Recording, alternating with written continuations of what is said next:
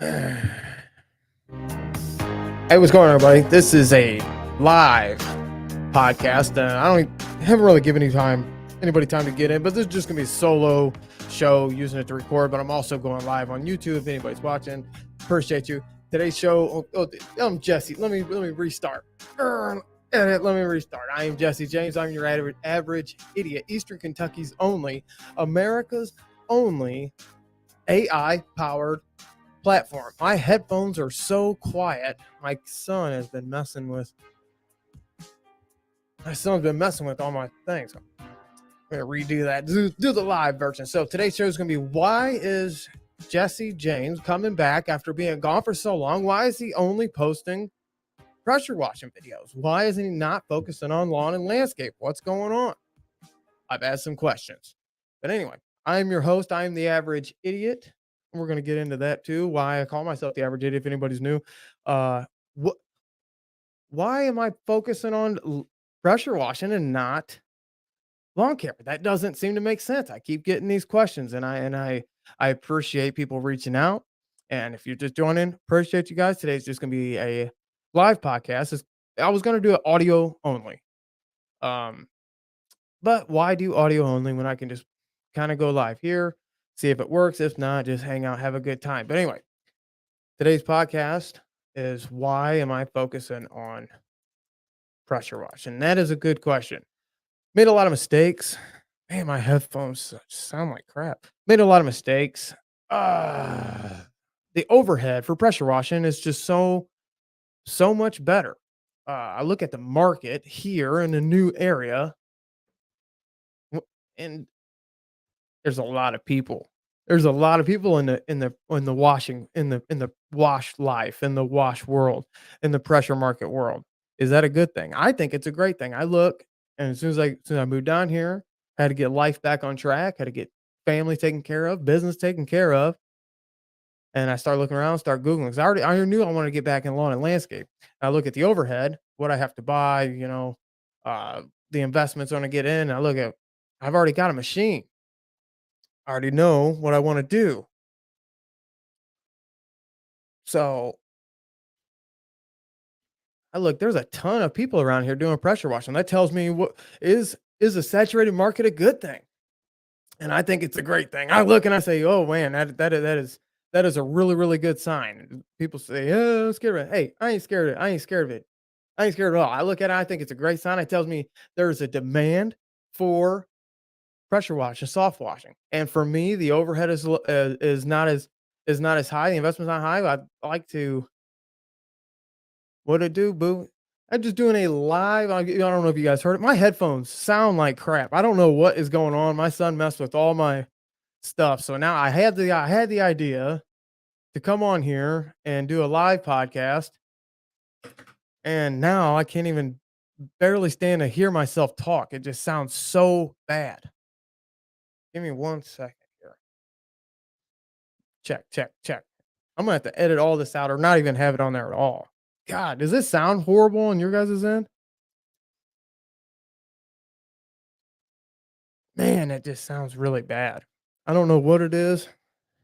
But anyway, I'm just gonna end up restarting a lot of it. Why is Jesse James, formerly Jesse Blackfork, why is he only focusing on pressure washing? Why is he only focusing on why ain't he mowing grass? Well, life got in the way. This channel has always been about, always still will be about, being a better father, being a better man, making mistakes, owning up to it, and understanding, hey, life's a grind, struggles a grind. Hey, I made a lot of mistakes. I blamed people for a while. I held resentment. I was bitter. But I had other people this whole time for a year telling me not to do these certain things. So here's what it is. I moved down here. Kayla wanted to be closer to her family. I took that opportunity. I look at the investment end of kind of starting all over in washing, or kind of starting all over in landscape, lawn care. And I have a 3.5 gallon a minute machine. And the market is saturated with lawn care guys and with pressure washing guys. And what's that tell me? Now, a new guy would think, oh, the market's filled up, market saturated. That's too many people, too crowded a market. I look at it, I say, this is a great opportunity for me because I know the demand is here. There's a lot of concrete. There's almost 500,000 people that live in a 20 to 30 mile radius. I didn't have this kind of opportunity before. So I don't know. Man, I can't stand the sound of my headphones. So this is not gonna be I might oh my god, I'm so mad at myself right now. I have no idea what's going on in my head. Let's see. Competition is great. I'll just read some comments, kind of hang out. And I got some notes that I want to read off of. Competition is a great sign. And once I started to get my wits about me, once I started to get my wits about me, and I understood, like, all right, now that I got my bearings, whatever, I'm taking too much at one time. Sometimes men, this is why I did a video not too long ago on mentors. Sometimes a young man like myself who didn't have a solid father structure, didn't have anybody holding my feet to the fire. Money. I couldn't handle money and business and money and freedom. I couldn't handle money and freedom. My ego got my way. Everybody kept coming at me saying, "Hey man, I see you're doing this and that. If you need any help, let me know. You need any help, let me know. Yeah, I'll pay you good. I pay really, really good." So I was paying everybody really good.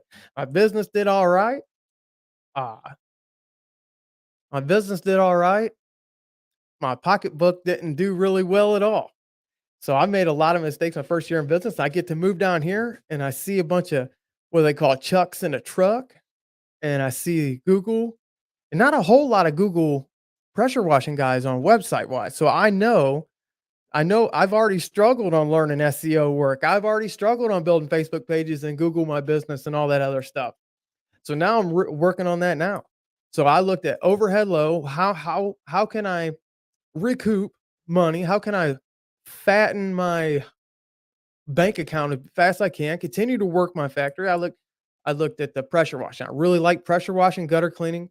I want to focus on My plan is to focus on house wash and then eventually get into roof wash. Surface washing and running a regular wand is a lot of fun. It's a good learning experience for me right now. But where I want to go, I want to scale down. I've already got the target demographic that I want. I want to get into the I want to get into the houses that are bi-level houses, two-story houses, and the house would be worth about 150 to $250,000 homes.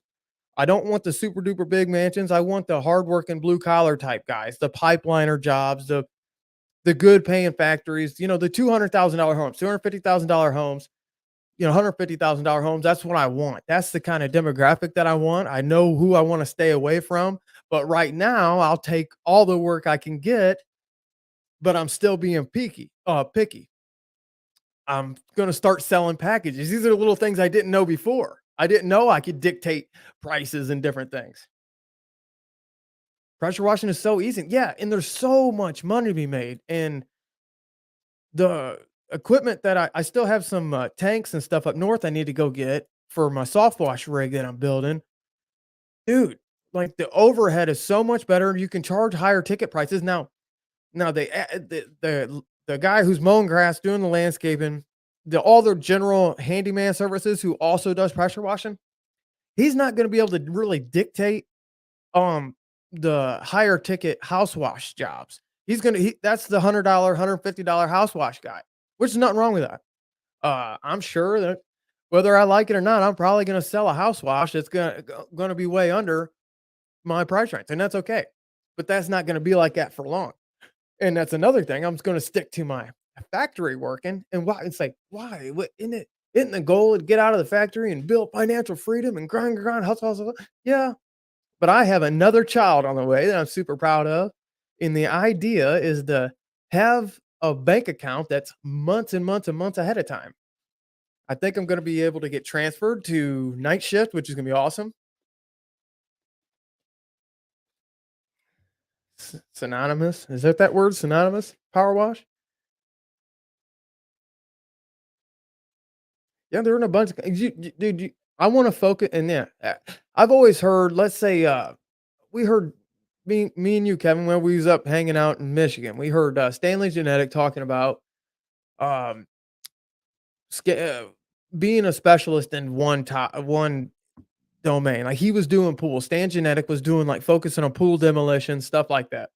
Other people focus on like landscape installs is what they main do. My main goal eventually is to get to roof washing. When people in this tri-state area think pressure wash, I want them to immediately think my name. Now, this is a 5-year plan that I'm kind of just putting together, having a good I'm having so much. I feel like I'm nervous right now recording I haven't been nervous to record videos in years.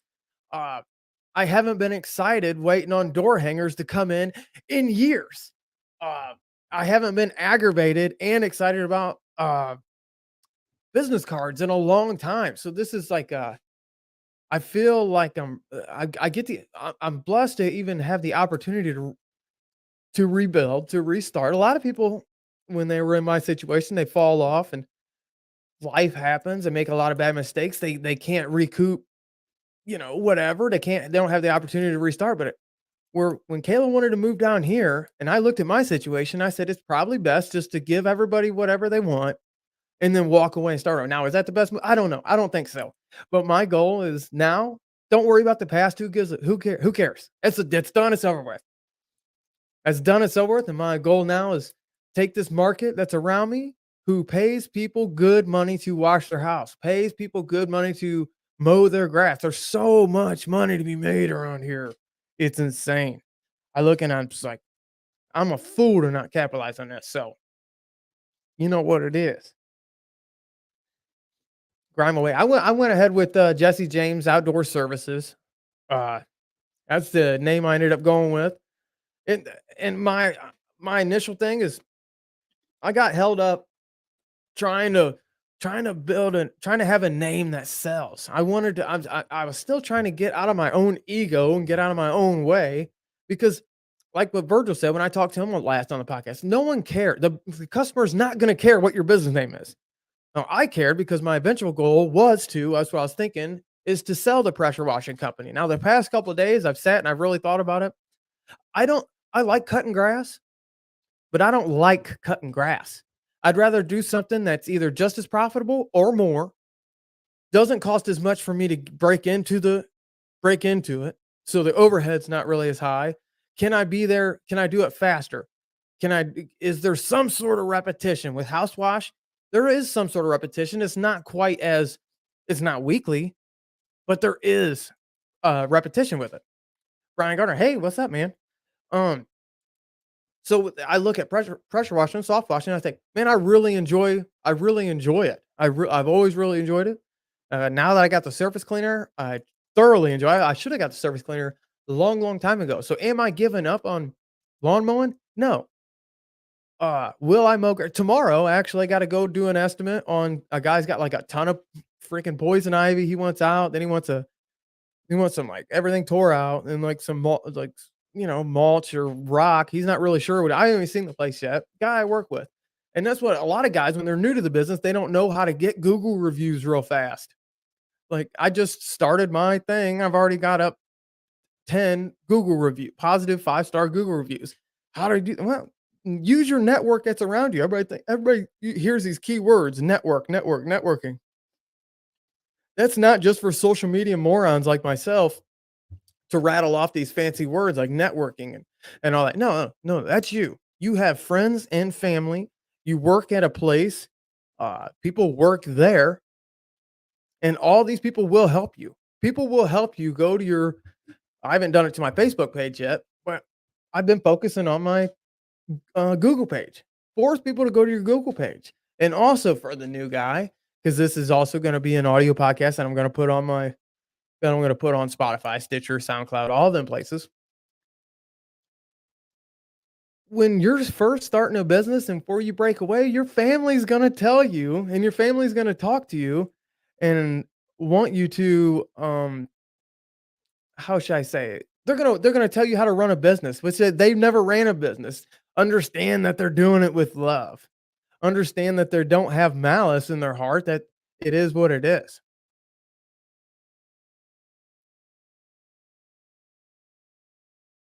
I've already had I texted you the other day on Instagram.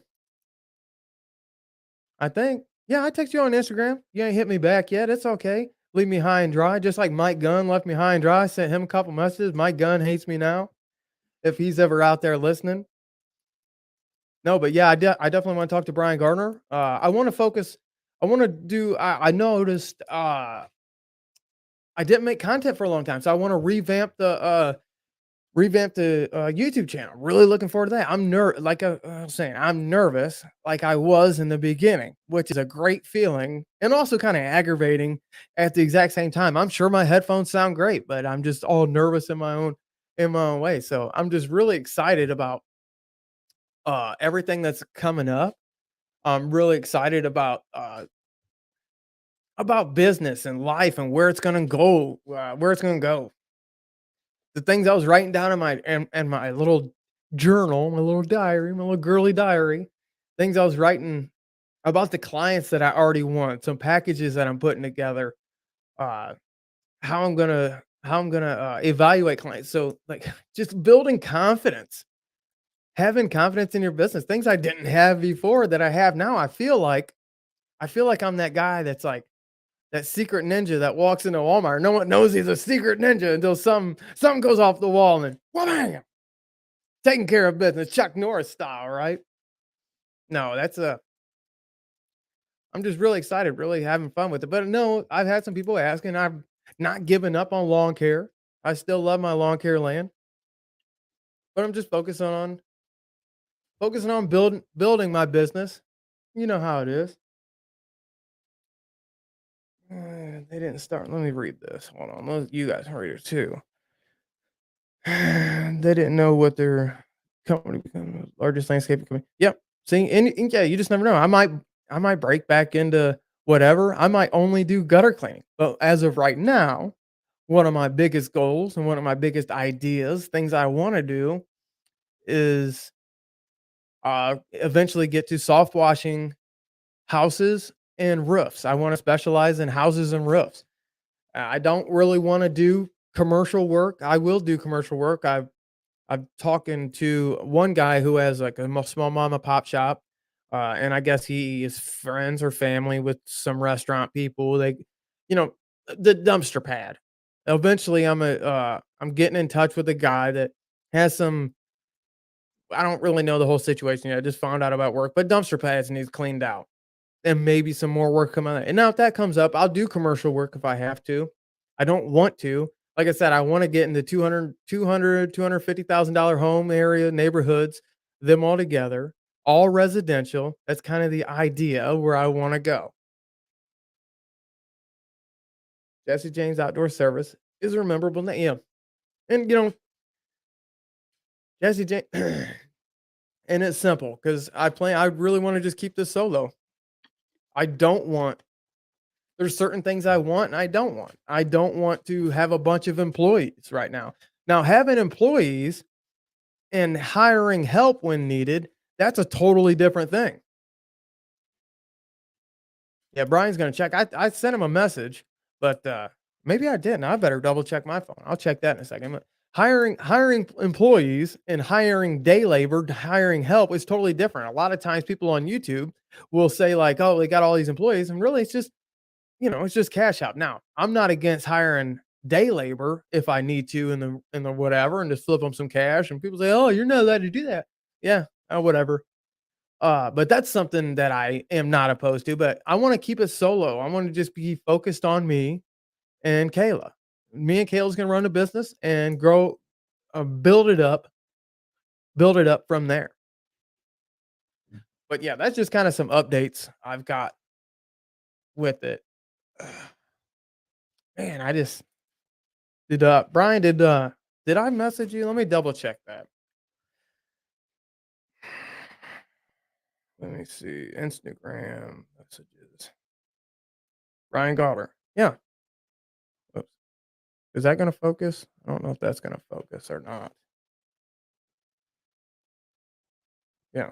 I sent you a message. Maybe it was on the wrong profile. Brian Gardner. Yeah, but I definitely want you on the show because I don't wanna I can reach out and I wanna have I want to get back to the roots of what this uh YouTube channel started out to be, helping people document my journey along the way. But I want to, like I talked to Virgil in the last podcast, y'all go back check it out. I want to focus on helping people start a business. And now, because it was document my journey as I learned, as I was coming up, now I've kind of learned a thing or two. Listen, I've listened, I've read books, went to seminars, done a lot of things. And of course, I'm still super duper green. So I just see myself sitting back. I watched a couple of my older videos the other day and I'm like, wow, I think I'm green now. I was still super duper green and I had no confidence in my business. At least this time going in, I already know my value. I already know, uh, I know a lot more. And that's kind of like the beauty of it. That's the fun of it, if you will.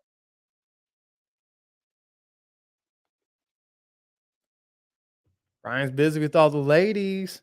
Hey, woo woo.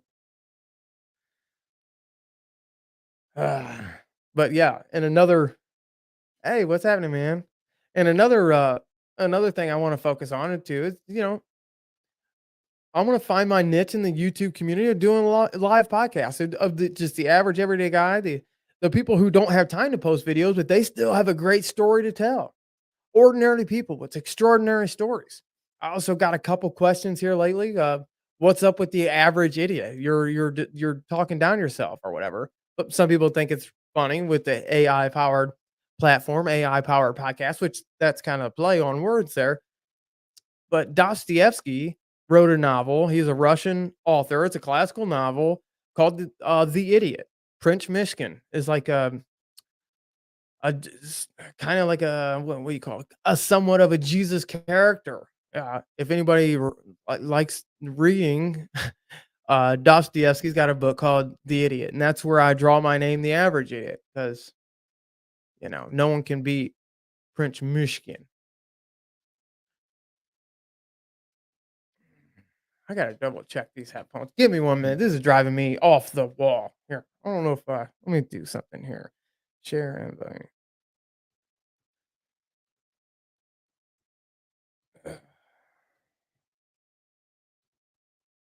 here's that. We'll open it up. If anybody wants to come up, I'm just chilling, hanging out. Give me 1 second. I gotta check these headphones. This is driving me off the wall.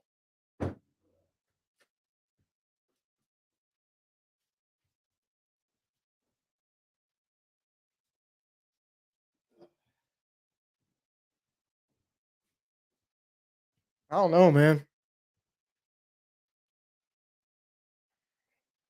Oh, duh. I'm an idiot. I'm an idiot. Oh, now it sounds perfect. Oh my god, you'll never believe it. No, you're never gonna believe it. Let's see.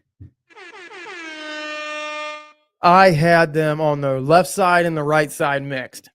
If you don't think that makes it, oh my god, it sounds so good now. No, I ruined the first 23 minutes because I couldn't stop thinking about my stupid headphones. I got words in front of my face so I don't mess everything up. God, I'm a moron.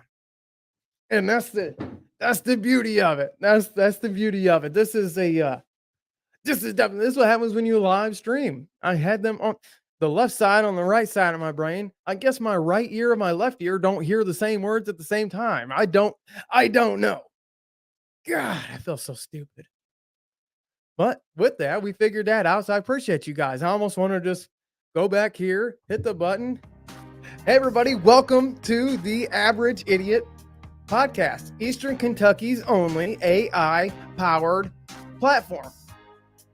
Coming at you, having fun, living the dream. What I was just telling these guys, I'm redoing the whole everything. And I have been getting some questions, quite a few questions. Why have you given up on us lowly lawn care world? All right, I'm not going to redo the whole show. Pretty much given up on that, but now it sounds great. Feel more comfortable. Let's see. Let's see. Juggernaut's pretty much like a unicorn so far. It's going to take a lot longer for someone to be at his level. I'm already at his level. He needs to work a little harder if he wants to get at old dad's level. That's all I'm saying. He wants to get at old dad's level. He's gonna have to work a little bit harder. I seen him slacking. Took him a couple weeks to get some videos out. I got my eye on you, big dog. No, but my idea is carve out my little niche in this world, tell ordinary stories, or ordinary people with extraordinary stories. Everybody's got a great story to tell, and most people in the green industry, the wash life, the lawn life, everybody's got an awesome story. Virgil has a great story. We had almost a 4-hour show or 3-hour show. Kevin, I talked to you for hours that one day. Hopefully Brian will come on. Anybody talks to Mike Gunn, tell him I still love him. I don't know why he hates me.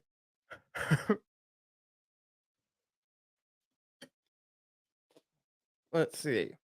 I said I'm giving up on dirty lawn care. Oh, he said I'm giving up. Yeah.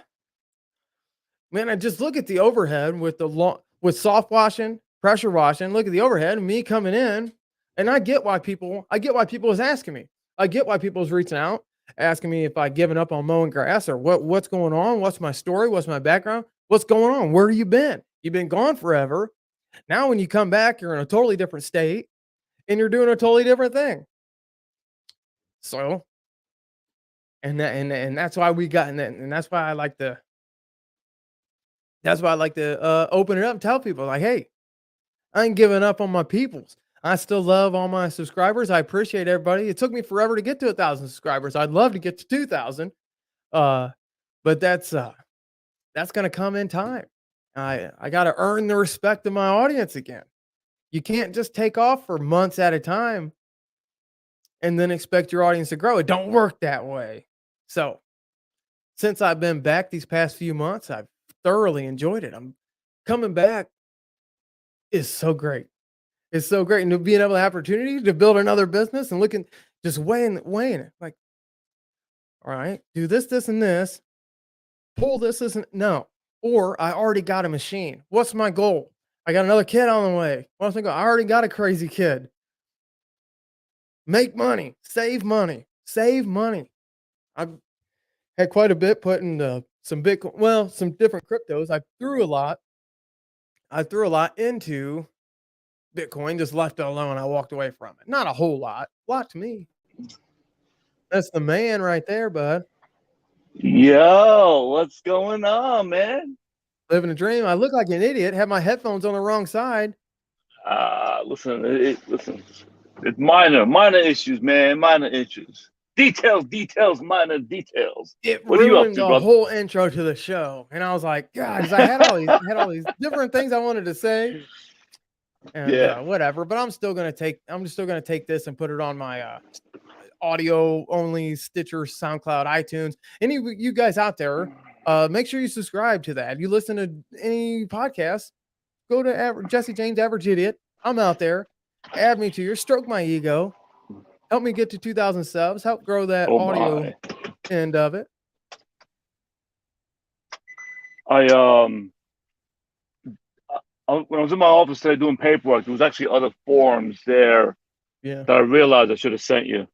So I want to make sure that it goes out and it gets to you. All right, I definitely take it. Hey, while I got you here, I don't plan on hiring employees. I've been bouncing this around for about the past 2 days, just killing myself. What am I going to do with this next business I'm building? Where do I want to go? Because before I wanted to blow up. I wanted to have all the crews, and I think that was because of my ego alone in the YouTube. In the YouTube world. But now, what's the difference? Just hiring day labor, day help, have some guys helping out, paying them cash, or versus having, you know what I mean? Can you even do that, or is that kind of one of the unwritten rules? I know it's like frowned upon, but you know, with YouTube and whatever else. Oops, sorry. Listen, you got to forget about what people think. You got to get that poison out of your head. Yes, sir. You have to do what's best for you. So if it means you got to pay somebody cash to get something done, listen, I pay people cash sometimes. You know what I mean? Like they might have certain issues going on. You know what I mean? Either they don't have all their papers to be here, or one guy had like the one guy last year had a lot of child support issues. Listen, I've went to 2 audits. You know, I've fought with the IRS God knows how many times. I really don't care. You know what I mean? When you work in an environment where you can get some cash, right? Right. Who's to say that you can't take that cash and pay someone else cash? Right. I mean, and I know it's frowned upon. You know, what I mean, listen, I don't really give a shit. Listen, no one else is paying your bills. You're responsible to pay your bills. You're responsible to take care of your family. These people that are on the internet, on YouTube or whatever, they're not going to pay your bills. Are they going to pay your bills when when you got to do it their way? No, Yeah, I wish there you is guys no pay a right bill. Hey, formula. yeah, There is you no guys are correct more formula. than welcome to pay my bills. You can hit me in Patreon, Cash App, Venmo, support the show. You're more than welcome to pay my bills if you want to. So yeah, and that's just a question I've been bouncing around because a lot of people act like, well, but that's a big part of we're a cash driven industry. Whether you're in soft wash or whether you're in Yeah. mowing grass, this is a cash driven business. And a lot of people, what I have noticed about, like when I do pick up, me and you had a big segment we talked about on our last podcast that came out the other day. Go back and check out my YouTube channel, hit the subscribe button, hit the like button, watch that video. We talked a lot about a lot of things, but we talked about leadership too. And I also talked about that with SB Mowing leadership and being a leader. And when you're bringing people on, you're not just bringing them on themselves. You better evaluate who they are because you're taking on their life responsibilities as well. Like whether you like it or not, you're going to be the psychiatrist, the father, the uncle, the everything they need. Like it's a Oh yeah. Yeah. Sorry. no, yeah. That's yeah. You brought it up. That's what you're saying. Go speak on that because a lot of people don't understand how important leadership is. Like people want to talk about just Well, bring on an employee, pay them $10 an hour. Like, you that's not even a living wage. culture is so when you start getting employees, right? I don't care if it's just one employee, two employees, whatever it is, whether they're on the books or cash or whatever. Listen, building a culture is so important. Right, culture. So important. It's so important. You know what I mean? Because you want to, and you want to keep the poison out of the culture. You want to develop a culture so that way everybody knows what to expect, how everybody is. Um, Unfortunately, when you get employees, like the issues that we were always having was you do have to play the shrink, marriage therapist, or whatever. You know what I mean? So Right. we're human. We're Right. flawed. We make mistakes. You know what I mean? So sometimes shit happens. You know what I'm saying in life. So and then sometimes you come across some bad apples, but unfortunately you got to weed them out. You know what I mean? But Right. you have to build a culture that to me, I think that's so crucial because once you build that culture, everybody knows when they come in, everybody has that good vibe, Right. if that makes sense. You know what I Yeah. mean? And everybody Did you wants that. did you So evaluate yeah, your sorry. employees? Like whenever you evaluate's kind of a bad word, but like when you were doing your thing big time and always looking for different workers, like how Yeah. did you screen people before, or did you just give everybody an interview, or how, like is that a weird question to ask? We interviewed we no, it's not weird at all. Listen, no questions are stupid or ignorant. It's when you don't ask the question and you're assuming is when the mistakes happen, and then those mistakes might cost you because you didn't ask to learn. Right. As far as interviewing people, oh yeah, we constantly interviewed. Not only did we interview, but if you said because you hear about it all the time. Oh well, guy says, oh I know how to drive a street sweep. I've done it for years, whatever. Oh I know how to use a zero turn. I know how to use a weed eater. Listen, when it comes to like the equipment, they get tested at the yard. No ifs, ands, or Mm, buts. If you don't, because we tell everyone, listen, just be straight with us. Because if they're not straight with us, I'll tell you what, we'll probably blow off calling them back right. because you don't know what else to expect. I mean, I know when you need a job bad, you're willing to do almost anything. Look, I got to pay my bills, my family, or whatever. But I'm like, listen, just be straight with me, man. You need to know how to use it because what happens is when you start using this equipment, you can hurt someone. You know what I mean? You can hurt yourself. You can hurt, you know what I mean, or hurt someone else. I'm not into that, man. I don't never want to see anybody get hurt. You know what I mean? I Right. mean, I have insurance. You know what I mean? So that's why I think when you're interviewing, it is crucial that before you leave the yard or your house or wherever your home base is, test them right there. At least then you know how your day is going to go. Because Right. let's say you have that good bond with that person, and you say to yourself, you know what? He's not that good on the zero turn. He can weed eat, maybe I can train him. At least now you have a feel of him, Yeah, of he got how your day's gonna go and how the week's gonna go. right. If you know it's bad from the beginning, dude, you just don't even bother. Because what Yeah. happens is you just throw money out the window. Yeah, when you're You know what I desperate for mean? workers. Yeah, if you ever get in a spot where you're bringing on workers and you're desperate for 'em, hey, anybody go back and watch my cemetery mowing videos.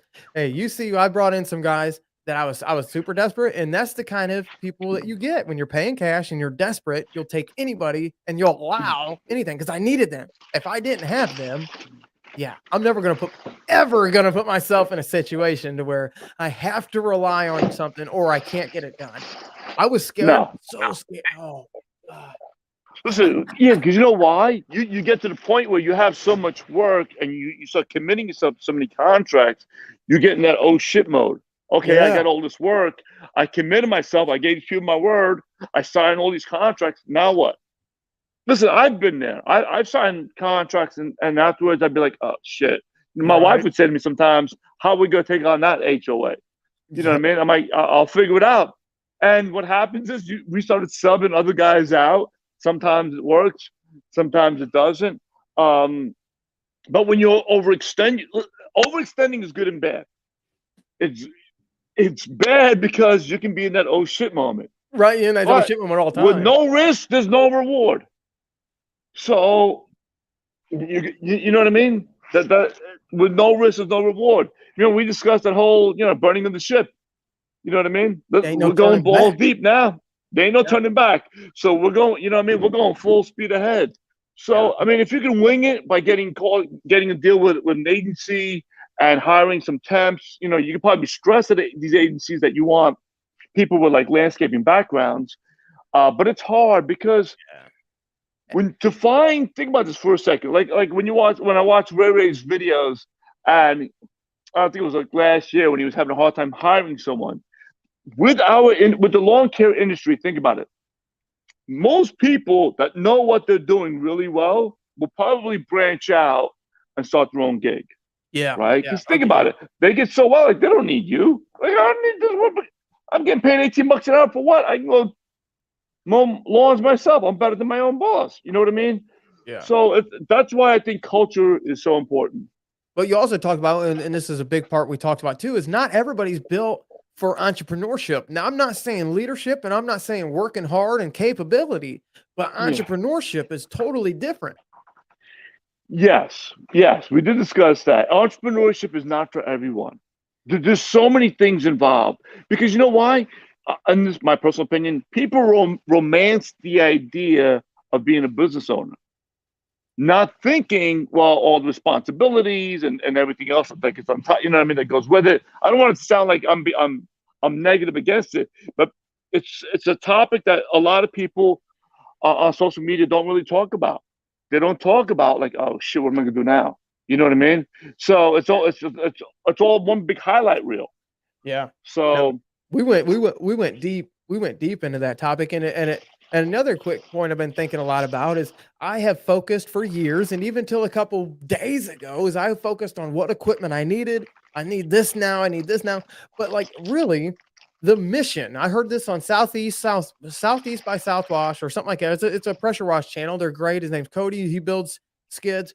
Um, yeah, your mission drives the equipment that you need. Like if you're not going out and doing schools and doing these huge whatever, maybe you don't need a 8 gallon a minute machine. Maybe you don't need these huge washers, or maybe yeah, you can do a lot. You can do a lot with a 4 gallon minute machine if that's where you're at. Good. You may not need a heated washer, unless you're doing like a gas station, something like that. But it looks cool. yeah, It looks super cool whenever you see Aaron by Lean and Mean Academy when he's got his Mad Max machine. He's got his flatbed truck all decked out, all the hose reels. He's got the hot water washer on there. It looks awesome. And I caught myself yep, going through these videos, and I'm like, oh, that's what I need. It's like, I don't need an $8,000 machine. That's not my goal is to do houses and roofs. I can do that with a well, 5.5 gallon, well, 12-volt system. You know what I mean? yeah. But it 'Cause looks great. you got caught up. A lot of us do it, whether it be cars or whatever.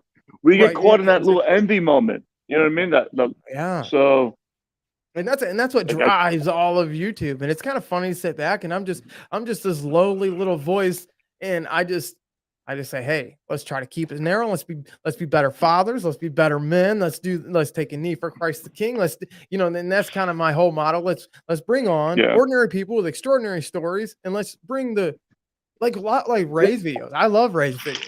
He's just This, super this, real with it. Everything he does. And he's probably in here watching, I'm sure. Kevin, I really this, love what he did, how he took it to the ASMR style. I oh would have loved to yeah, have been that guy. I would have yeah. loved to have been that guy that came up to him, hey man, I got these 60 accounts you can have. I'm going YouTube. I bet that dude. Oh, I think he split them up between two of his people, but a lot Yeah, of new guys.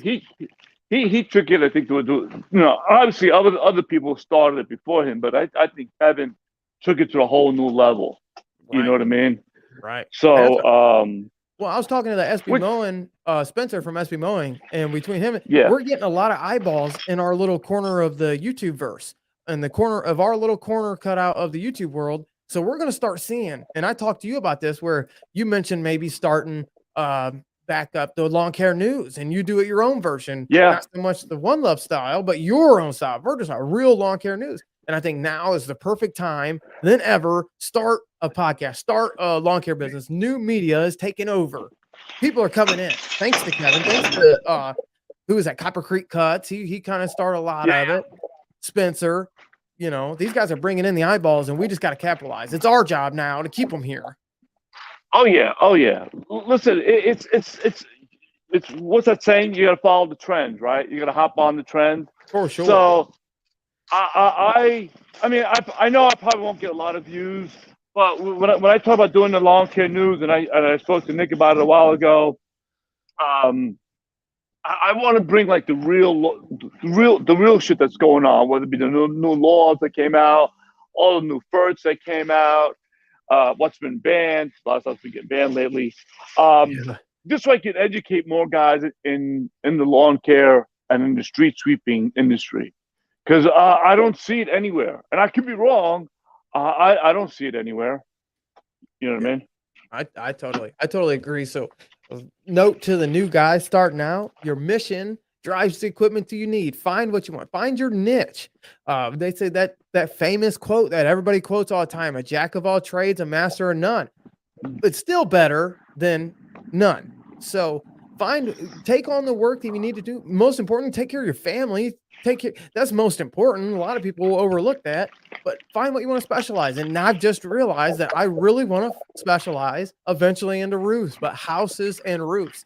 Now, I didn't come to that conclusion all at one time. I just didn't decide. Boom, that's what I just started surface cleaning, started making money. I started with a wand. Everybody kept telling me, my whole YouTube channels kept saying, stop using a wand. Go get a surface cleaner. You'll thank me later. And I should have done that a whole long time ago. I should have done a long time ago. Yeah, I don't know jack about power washing, and Oh, you will. so You fixing to learn, because I feel like there's gonna be you start to see a whole lot of videos. Hey, go to sleep with it. Don't have to watch it. What time do you usually start? Oh, that truck does look good. What time do you normally start? thank you. It depends on what I have to hit that night.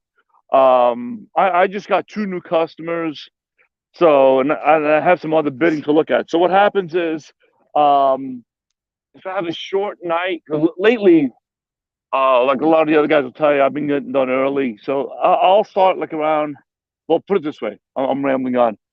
My contract states that I can only run my sweeper between 10 p.m. and 5 a.m. because businesses are open, Yeah. right? And one of my shopping centers actually has a gym. So they used to open at 5. Now they're opening up at 4. So because what happens is the sweeper kicks up dust. Could hit a car, Oh, I didn't even think about the that. noise. So I really have to wait for businesses to be closed because the garbage cans. I do my garbage cans first, and then I can't run my blower to blow up the sidewalks because if the stores are open, right? So I have to. That's why my contract is set up the way they are. Sometimes it depends on the property management company on whatever Yeah. agreement they have or how they however they leased out the stores and what they told the tenants. I've been But for the thinking, most part, that's my window between. I mean, I try to finish by then. A lot of times I go over 5. yeah. Sometimes I'm done by 3. Because I gave up a customer and I lost a customer. I gave Well, up a customer because a shopping center because of payment wise. yeah. A new company bought them out. I knew who the company was, and I can send you a screenshot of it. I don't want to talk about it on your podcast. I don't want Right. Yeah. Good. you to get in trouble. But yeah, unfortunately, there's good, like I told you, there's good property management companies out there, and there's bad ones. And when you go online, like I learned the hard way a few years ago when I was doing all the Walgreens. We had a shitload of Walgreens, and we got screwed. It got to the point where we had to get a lawyer involved, and that's why I told you, like like I'll never do again. I'll never do a Right. Walgreens, Walmart. We talked about it. I'll Learn never it. do Yeah. Oh yeah, I learned the Learn your hard way on lesson, that man. one. Yeah, Oh but yeah, I got I like spanked the on that idea. one. I like the idea of cleaning, even a guy just regular, like, using a blower and cleaning parking lots. I know you got a really fancy setup, but that could be another opening for someone else wanting to get into the business. But I know I've been talking to some people about cleaning dumpster pads, and that's something I never would have thought of, to clean dumpster pads with pressure washing. And they say it's a good, See, you know what I mean? go ahead. Here's Mr. Gardner here, the man. What's up, big dog? Yeah, is that Brian Gardner? That's the best man. I think he's Mr. working on Brian his Gardner. I think he's working on his Communications. audio right now. Gotcha. You don't need a setup like what I have to get into this industry. You can start off with, I told you, with a pail, a dustpan, and you can do like all the small shopping centers. You know what I A mean? mom and pop shop. And then exactly, and then from there you can grow and escalate from there. So, but like right now, remember I told you spend more time outside the truck than you do in. And what am I doing? I'm literally hand picking everything that's on the grass, and then my truck will get everything in the curbs. But all these islands, my truck can't go on the islands. And you just don't take a blower and blow it into the road, and your truck can't pick it up, or no, there's mulch everywhere. So I'd wind up throwing brand new mulch because this is all. I don't know if you can see it. They mulched all this. This is all new. Yeah. So, and then like this, I can't pick that up. There's food in there. I don't know if you see that. Oh yeah. I can't pick that up. I can't pick wet diapers. You can't, you can't pick up stuff like that. Well, and just like look at all them lines. Them all need painted too. Any youngster out there find a mom and pop shop and re-hit them lines. They just painted these lines, right? The guy who has the contract here has a 3-year contract on the line. Yep. That's a fire. So that's an awesome story when that guy's got it made. Oh yeah, when he comes out, and it's actually another lawn care company, and they do this at night. And dude, they'll do like handicaps one night, and then they'll crosswalks another night. And they don't blow anything out, they don't wash anything. When I pull up, they'll tell me because I'll ask them, like, where are you? And like, oh, Virgil, we're over here. We'll be out of your way. They're super polite to me. Like, oh, Virgil, I'm sorry, we're over here. And it's important, I think, for everybody to be nice to each other. That way, I'll be doing my park a lot, and they'll literally be painting around my garbage. So there'll be diapers in a spot, and they'll be painting around the diapers and shit. So let's see if Brian's got his audio fixed. Can you hear us good? Did he? I think he's working on it now. He just muted himself. So. Yeah. Oh, did he? Yeah. So I think he's still working on it. He's the pressure washer king, and that's the kind of good part of it. But yeah, man, I like listening to your story. I hope where your story can reach some people, and they need to go back and listen to it. And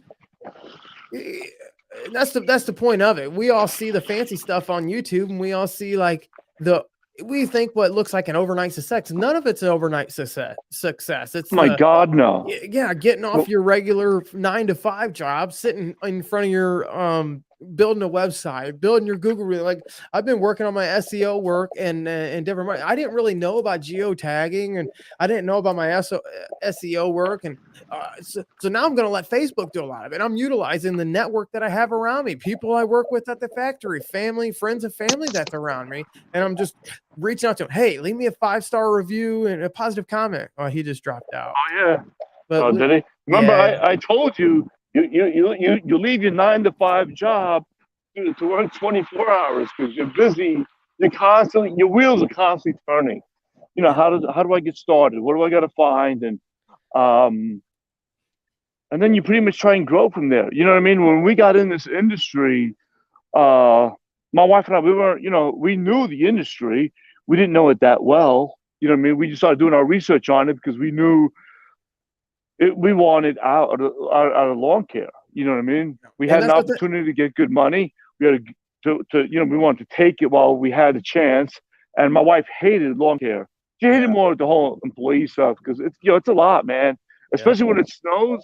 Oh yeah, because you got to remember something. When you got 4 or 5 HOAs that you're doing, and you need 5 or 6 shovelers at each site, you know, it's, dude, and they don't show up or they get late because they don't have rides. Dude, it's a lot. All those little things. I totally agree. That's why another thing I didn't really focus on jumping back into lawn care because I didn't want to. I just didn't want to do it. Like I said earlier, I like mowing grass. I really enjoy it. I like that business idea, but I think I can. Well, actually, I know. I've already figured I can sell more jobs pressure washing using my pressure washer and making it at a higher ticket. It's more volume, of course. Man, I can make more money doing less work in less time. You know, like I've looked at it for me where I'm at now. If I didn't have a factory job, I'd probably have to be selling both. And I don't want to sell both. That also goes back to your SEO and your marketing. You can't build a Google My Business page or a website and then say you're a pressure washing company and a landscape company and a weekly mowing company and then expect, you know, someone to type in lawn care and you're going to be the first one to pop up. You got to dial in your SEO work if you want to dominate in an area. And that's something that a lot of people don't really talk about, but that's key too. Find what you are. Are you a pressure wash company? You can't be all things all the time. You know what I mean? Yeah. When it comes to residential, yes, I think, you know, obviously you need the SEO. When it comes to commercial, that's where references and you know, letters of reference and sites, that's where that comes in, because they really want to see, they want those references to know that you can handle, you know what I mean, certain shopping centers or certain, you know, certain acreage, or, you know what I mean, sometimes a lot of guys count doors really for condos, and SEOs are not going to tell you, is not going to tell a property management company how well, you know, how well you guys do, any complaints or whatever. Totally agree. And I don't, and that's another thing. I don't really want to get back into the commercial side of it. Like, hey, like the prices go down in commercial. Now, for short term, for the next year or two, like I said, I've already talking to a guy, supposed to meet up with him in a couple days, Tuesday, I think. Gonna be meeting with, I don't know how it's gonna all work, but he knows I can probably get a couple dumpster pads, start cleaning out pressure washers. Cool. But I don't want to do commercial work. You know, I want to stick to how can I sell higher ticket jobs? I can sell higher ticket jobs to people who live in my $200,000 to $250,000 homes, or blue collar workers who don't have time to do certain things. That's the target that I want. As of right now, that's what I'm shooting after. So that's why I'm going to work on my SEO. But you're absolutely right. Your SEO and your marketing, if you plan on going after commercial work, that's like more, that's a little bit different. Oh yeah, it's a different animal in itself. But listen, as far as residential goes, you can make a lot of money, a lot of cash in residential. You know what I mean?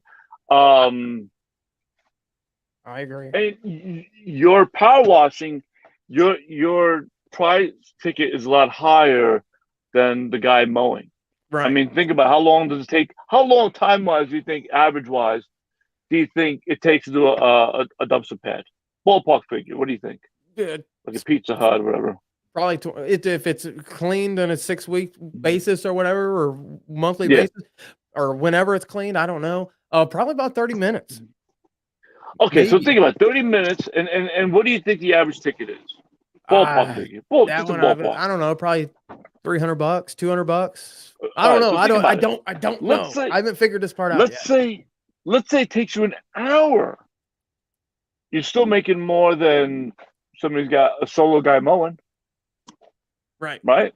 Right. Or just So like you it take you 20 minutes to wash a house, or let's say it takes you 30 minutes to wash a house, or even let's say it even takes an hour to wash a house, and you're selling that house at 250, $300. You know what I mean? Versus it's going to take you 45 minutes to an hour mowing. You're going to sell it for $40, $50. Now that's not weekly.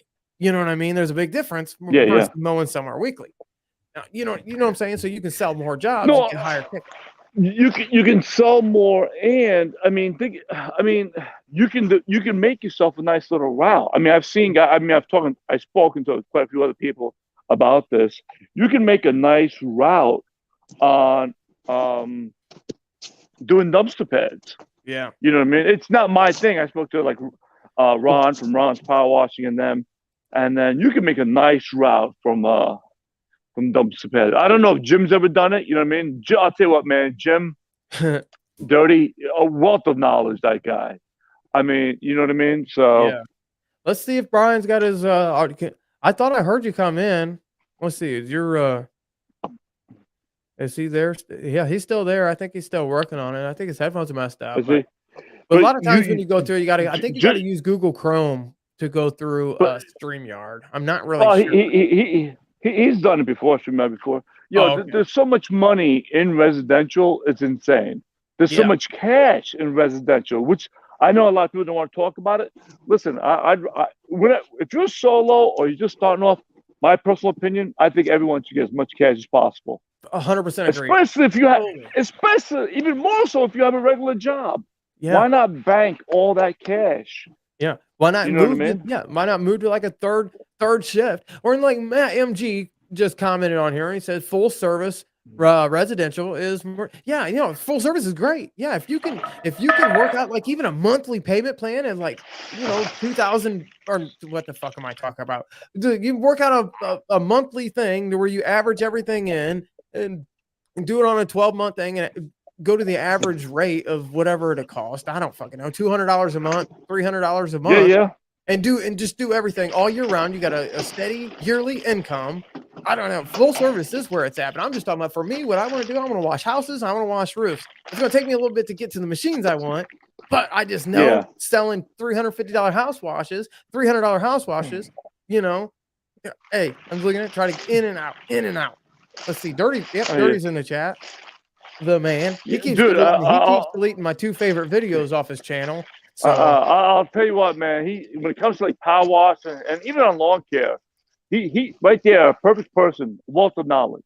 Yeah, he's gonna come back on the podcast too. We're just gonna chop it up because I told his story years ago. If you can just chip away at Dirty here and there, dude. Again, I don't know shit about power washing, but even with lawn care and power washing, the guy really knows his shit. So remember I talked about YouTube. It's what you can grab. Everybody's not for everyone, right? Not what I do might not apply for this person, but it's the nuggets that you can grab from this person and that person, and then try to figure out how it can apply to you. That's why when I sent you that stuff that you wanted, I sent you even more because I don't know what you can use that to apply to your business. Yeah, I still look at me forever. If I get too loud with the bags, let me know. Yeah. Well, whenever you send that, you're more than welcome to send me some checks too, as well. I take cash. That's all this is. It's money. If you sent me money, is all. If I utilize it properly, I'll be taking. I'm gonna build a course out of it and then cut you out of the. So no, I'm just joking. Yeah, listen. I'll tell you what. With all that stuff I said, the scripts and everything, you can definitely start something nice. I mean, everything is right there. All you need is the equipment. Yeah, Paleocrat, Jeremiah Bannister, a good friend of mine, take a knee for Christ the King. He says, get loud with the bags. He's out street sweeping, street cleaning.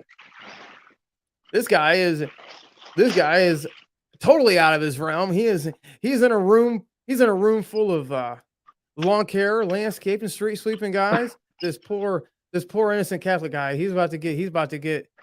Oh, be careful down there, Jeremiah. Be careful in that chat room. I'm just playing with you. He's got good channels. Let's see what Dirty's got going on. Jim, I'm not. I already texted you. But he keeps deleting. Yeah. He keeps deleting. That's what I say. Jim keeps deleting my favorite videos off his channel. I keep stealing out because I got a back. I'm building my backsmith. Never mind. Screw it. Mix. Batch mix. Yes. Yep. Oh my gosh. Yeah, that's the system I'm gonna run with. And my uncle gave me a 330-gallon tank that he just got cleaned out. I'm like, that's way too much tank for me. But I also got 2 55-gallon drums with it. So yeah. But are you putting that in your truck, or are you pulling it with a trailer? Well, I got to go up north here in a couple of days and go get that's to Mansfield, Ohio. I got to go up there and get them. But I'm gonna have to use the trailer to pull that. But I want to work out of the truck. I've been doing like a lot of my videos and stuff working out of the truck. I just got a new I just got a new gun, short wand. So I'm gonna utilize my X-Jet. I know you don't really know what an X-Jet is yet, but yeah, I've just been the past couple of days. I've focused down and I've just ran. I know I need to get to second shift. I know there's certain things I need to do and want to do, and it's not grass. It ain't in mowing grass. I like mowing grass. That's a good thing, but I'm not going to only sole focus on grass. I can make more money cleaning houses, cleaning roofs, having and that's the next business. Me and Kayla, we're going to do it for our family. And I'm just thankful that I'm able to. That's been my whole goal and blessed because a lot of people didn't get the opportunity. So that's why. Listen, I think the husband and wife thing, I think it's phenomenal. Juggernaut, when he was doing videos on Square and trying to educate people on Square, him and his wife were actually doing videos. This is going way back. Him and his wife were actually doing videos on that. I think the whole husband and wife thing, when it comes to social media, a lot of people can relate to it. And if they can't relate to it, they wish they had it. They wish. Remember, I told you and when we were talking, I think it's so important that, and it's just my opinion, I think it's so important that your other half is on board because it creates a problem. And then that's why I don't, and I appreciate everything you're saying, Jeremiah. And I totally agree. And like my first business venture, I didn't have God first in my business. I didn't have God first in my life. I cut Kayla out of it. My ego was out of control. I was taking on more than I could handle, knowing I couldn't handle it. I had leaders and people I respected telling me, stop, you can't do this. But my ego was saying, take everything. And then one rain day or one guy not doing what he's supposed to do totally screws everything up. And believe it or not, in Ohio, it rains quite a bit and it screwed everything up. These commercial accounts, they don't care. And they don't care, that's for sure. Well, yeah, I put myself in a horrible situation. I was a rubber band, bam. And so now this time around, besides the weather, you also have to worry about equipment going down. Equipment, truck, trailers, you know what I mean? Well, I wasn't investing money back into my family. I wasn't really I was blowing money like crazy. But like that's why I look at my mentor. That's why I did my mentor video the other day. I'm reaching out, talking to people like you, because in YouTube, YouTube isn't only just stroke my ego, but it keeps me kind of in line because it's hard for me to mess up and make a lot of mistakes when I'm constantly posting content. Now, a man like me who didn't really have a whole lot of positive male role models in life. I don't do good with like money and freedom. Money and freedom doesn't work well with me. So like, but when I post content, you see what I'm doing every day. So it's kind of like I can have someone like Rick down here just jumped in the chat who can text me or say, "Hey, you're making a mistake. You're doing this. What's going on?" And I ignored it last time. So here's this time. I've already working on my next business plan. Understand what I'm doing with the channel. Having a good time. Is Brian up here yet? He dropped back down. I think he's having some. So Brian and I talked about this a while ago. You ever notice Elite Lawn Care, that Landscape does it also, but you ever notice how Ray every day he talks about, well, this is how much money I made today. Or, right. This is how much money we're going. Listen, that is I don't care what industry you're in. That is so important. Because to break down how much you made, and then if you could break down per hour how much you made. Because what happens is It's mental. You know what I mean? Like, oh shit, this is how much I need. And then you saw, you got to focus on everything else comes into your head, bills and equipment, stuff that you might need, what you need to grow. Um, I think that's so important because it's almost, I think it's like a driving factor to making Yeah. sure, well, I got to make sure these jobs are done because my goal is to hit X amount of dollars. Everyone should have, I don't care what you're doing, my opinion, everyone should have a goal. If you Yeah. don't have a goal, you need either a goal or a target. Everybody needs it. Because if not, what are you doing? How do you know to get to that level? How do Yeah. you know to make sure everybody wants financial, independence? Because, you want to make sure you have money for your family, your Yeah. family, your kids, Or college. why else are Listen, you doing shit it? happens. Yeah. Exactly. Yeah. Why Exactly. are you So doing it? you need that goal. And when I see Ray doing it, and then Elite Landscaping, I started watching him lately a lot. I'll make He sure. also talks about same thing about, well, this, today is whatever, we're making $600 today, doing Yeah. whatever it is. Everyone should have a goal, and you should go out when you're going out to work, you should have it on your clipboard or on your phone, all your sales that you're going to be doing that day. So, because it kind of helps keep you accountable, if that makes sense. No, yeah, I 100% agree, and I harken back to memories of me running all over town because I've been watching some of my older videos, and I'd be running all over town talking. But I had no sense of how much I was making. My route was all crazy. I would run over here, run over there, then I'd get a phone call, and I was so unorthodox, but it's a good thing because I had I was new, I was green, I was learning, but I had a lot of fun. This time going back, I've got an idea. I've started marketing a lot different first. And like yeah, it's truly a blessing. So I'm super excited, super pumped. And what I was saying at the very beginning of the show, when I first started up, when my headphones were on wrong, I sound like an idiot doing everything wrong. Like I'm nervous and I'm excited and I'm anxious and I'm calm at the same time with starting this next venture, which I haven't felt like this. I haven't had a feeling like this in years. Before I ended up getting miserable. Now I'm excited. Like I said, excited. Yeah. I'm nervous. I'm anxious. I'm happy. I'm all of those things all at the same time. So I'm really excited about the YouTube channel, and most importantly, I'm more excited about where my family is and the opportunity, the money that I'm about to bring in. Because I didn't realize how much I could make. I started running the numbers on the landscape, lawn care, or not lawn care. So Power washing. Power washing. Yeah. It's crazy the amount of money that you could make. Well, that's why I said if you focus on the number, set yourself a goal and a target. Once you have that target and goal, you start saying, wait a minute. If I can hit that goal, my realistic goal, if I can hit that goal every day or every week, oh yeah, my family can benefit big time. Right. Can take me out of this hole, fix my credit, get a house, car, whatever your goal is. Save money for college or whatever. Yeah, because that's the whole point. I'm not going to do that welding. I guess I'm not going to do that at the factory. But if I was just a single guy, I would have no issue just going to the factory, getting on second shift, and just making my $20 an hour welding, because that's enough to get. That's fine. But I'm not a single guy. My goal is to put 2 kids through college, and all that good stuff as it comes out. What's up? Here, Mr. Rick down there. Hey, buddy. How's Ruth Ann doing? Doing good. Yeah. What are you doing? Running around? I'll get me something to drink. Drinking a cold one, are you?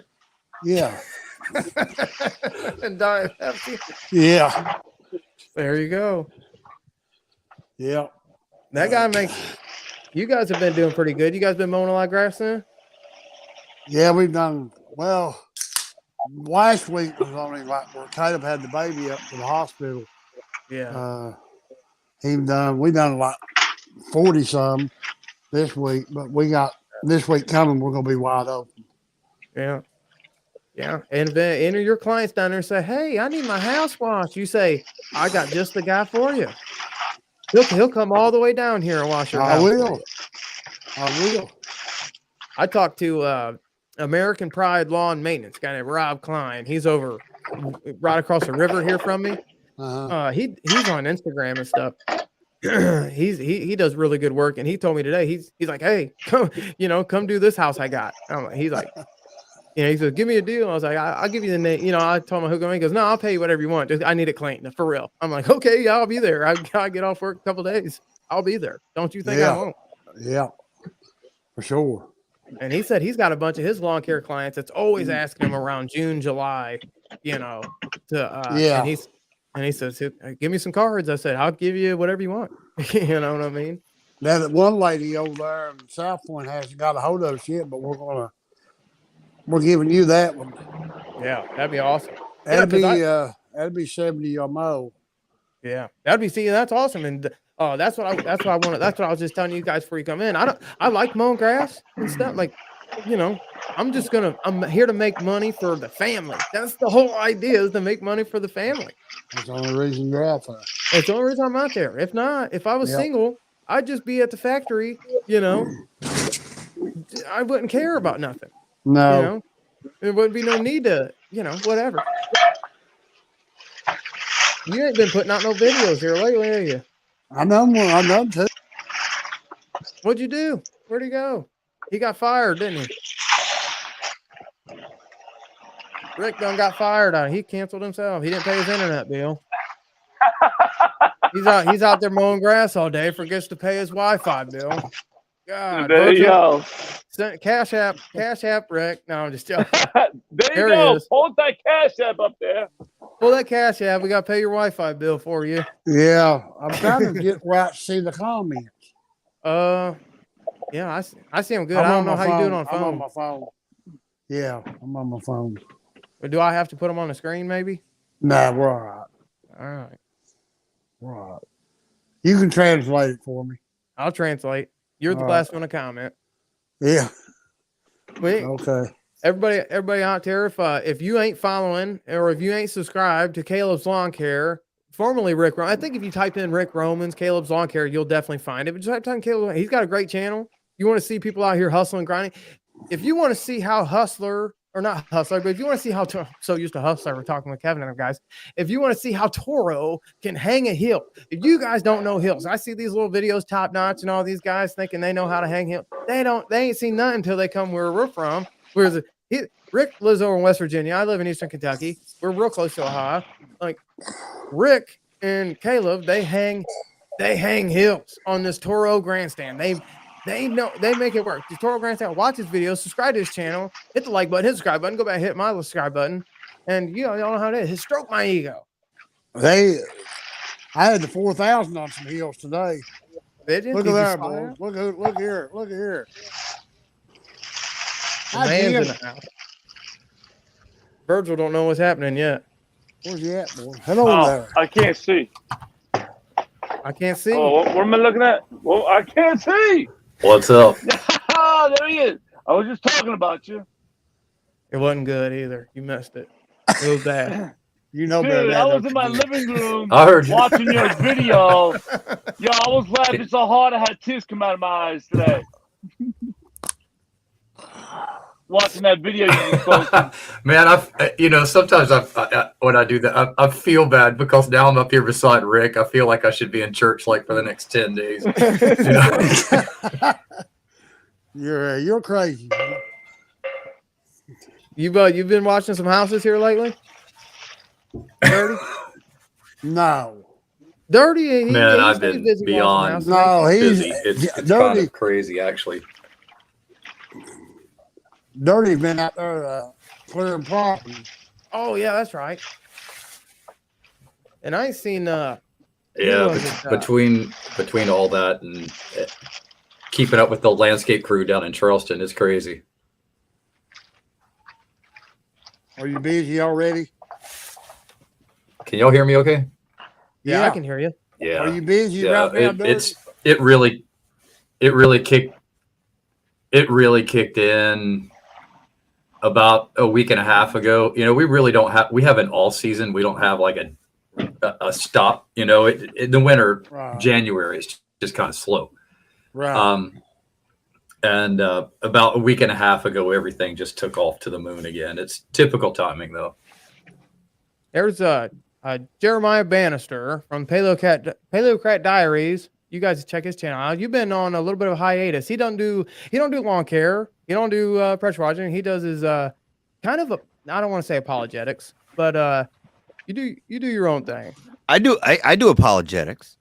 Yeah, okay. Yeah, man. Apologetics. Yeah, apologetics of everyday life, man. A little bit different. Does Hey, a bud. different style channel. I appreciate you coming up, man. I missed you all week. Where you been on vacation? Yeah, my kids, man. My kids were on vacation. They had a spring break, but then the thing is that the car ended up breaking down. We were supposed to be out of town, and didn't happen, man. So I had to make the best of what I had, and working my brains out, keeping busy, that sort of thing. But I saw your show on it. It came up on the YouTube, and I'm like, I gotta tune into this, dude. I always love when I'm able to tune in. And so Well, I appreciate you coming on. This guy decided dirty. That's Jim. Up above, Rick. He's a good mentor of mine. What's going on, the guys? Guy sweeping the streets, Virgil, and then me. And What's then happening? You obviously met the chat. Yeah. Appreciate you coming on. Yeah, I was going to do an audio only thing and then throw it up on my Stitcher, SoundClouds, whatever. But I just kind of got bored, and I don't think I'm going to go in tomorrow until like 10:30. So I figured, I'm just going to have a good time, do a little something different. And I've been doing a lot of different on my YouTube channel. I used to only mow grass. Now I've been focusing running a pressure washer and just wanted to clear the air. But I definitely appreciate you coming up, man. Did you get your car fixed, or are you still catching a bus, or what's going on? Yeah, I got the car fixed, man. It took like a week though. It took a week, so we have unicycles. So, our whole family unicycles around town. There you go. No, we don't really unicycle at all. I'm kidding. Right. Yeah. Can you imagine? I got 6 in my family, man. We got 7, dude. We're rolling around 7 of us. We even got little buggy for the kids and stuff on a unicycle. No, man. It gave me a good opportunity to do the stuff you're talking about, man. And this is why I love what you're doing. Dreaming bigger thoughts. I talk about that, but sometimes I don't do it. And then I hear people like you who are saying, yeah, I'm doing, I could do grass. I can do that, but I'm not, rolling in the loot that I want to roll in. I got a family. I got to make those ends meet. More than make ends meet, I want to thrive. So not just survive, but thrive, and to make an inheritance and stuff for my kids. And that kind of stuff, man, inspires me.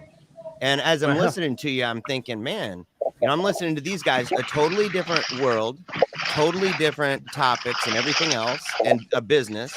And yet I'm like, okay, I could be doing what I'm doing and I'm cutting by, right? But I want to do something bigger. I got 5 kids, man, and we're faithful Roman Catholics, so there's a good possibility we'll have about 15 more. So before I die, well, like 20. But the thing is like, I want the family to grow. I want the apostolate to grow, and I want to say, well, I got this gift, or I've got this talent, and how do I look out at things and say, all right, what would it take? What sacrifices do I have to make to do this or to do that? And how over time is that if I stick with it and I build up from the ground up and I water that thing every day, right? I'm putting shade on it, giving it sunlight, doing my stuff, that it's gonna bloom. And so that kind of conversation, man, I was like actually hitting home hard because I've been thinking about some of this, but procrastinating. And so to hear you talking, man, tonight about what you're doing, I was pretty pumped, man. When you're oh, watch out for the people in this, it's way different than your world. I'm like, dude, bro, come on. I'm like this. I dig it because this is the way to apply those principles to everyday life that make us think bigger, stretch us to the brink where we realize, man, that's harder than I thought, but it's kind of easier than I thought too. Like I'm able to do this, right? And then you kind of stretch out further and you say, okay, and what if I stretch a little more? And you'll know your breaking points, right? You got to grow at a speed. I found my breaking points, and I got to document it all on the YouTubes. I disappeared for quite a while, and that's another revamp I've been talking about because I've been going through, and I said, how did I fail this, and why did I fail? And as I talk about, I didn't have my priorities straight. I was being egotistical. I didn't have God first, and I cut Kayla all the way out of my business. Kayla's my old lady. She didn't know nothing. I'd go work all day, And then Rick even came up and helped me mow one day. He's a good guy, man. He came up and helped me mow all day. And I probably didn't even say thank you. I probably just took it for advantage and was just a cold-hearted jerk about it. And I said, no, I'm not going to do this again. I'm going to work. And you didn't even pay me. Didn't even pay him. I didn't even pay him. You think of that, Dirty? Oh no. Nope. I drove 6 hours to help him. Never even. Oh, no, he was already around there. Don't even start with. Don't even get me in trouble here. But it is beautiful. Yeah. And mentors is the big thing, and that's what's been pushing me. These guys in the chat, though, these guys I lean on, and a guy like What's myself, up, Ben? I need people to lean. I need YouTube. I need people I meet on YouTube, these guys, to keep me in check. A lot of times I'll make a mistake and I'll get this guy over here, Dirty. He's contacted me and said, take that video down. You just destroyed this ornamental tree. You're going to embarrass. You did it the wrong way. And just ringing my ears. Don't ever do that. Why would you do? You about killed yourself. Yeah, I got killed. I had what was it? I had head strummers way over my head, standing on a rock. Well, did he take it down, Dirty? It was bad. It was bad. No, it's still there. Yeah, it's still there. I was at my aunt's house, and it was a lot of fun. Hey, Ben, Acme Mowing, I ain't seen you guys in a while. Let's see his comment. Why aren't you boys out tearing up the town? Yeah, tearing up the town. Yeah. Man, I like real quick, man. I got to do some stuff, man. I just want to come in and say hi and tell you I'm listening, man. I love what you do. But I love that you bring up mentors, man, and like the people you're friends with through this, the way that you can connect. It's like, it's something I've struggled with, where I struggled with that.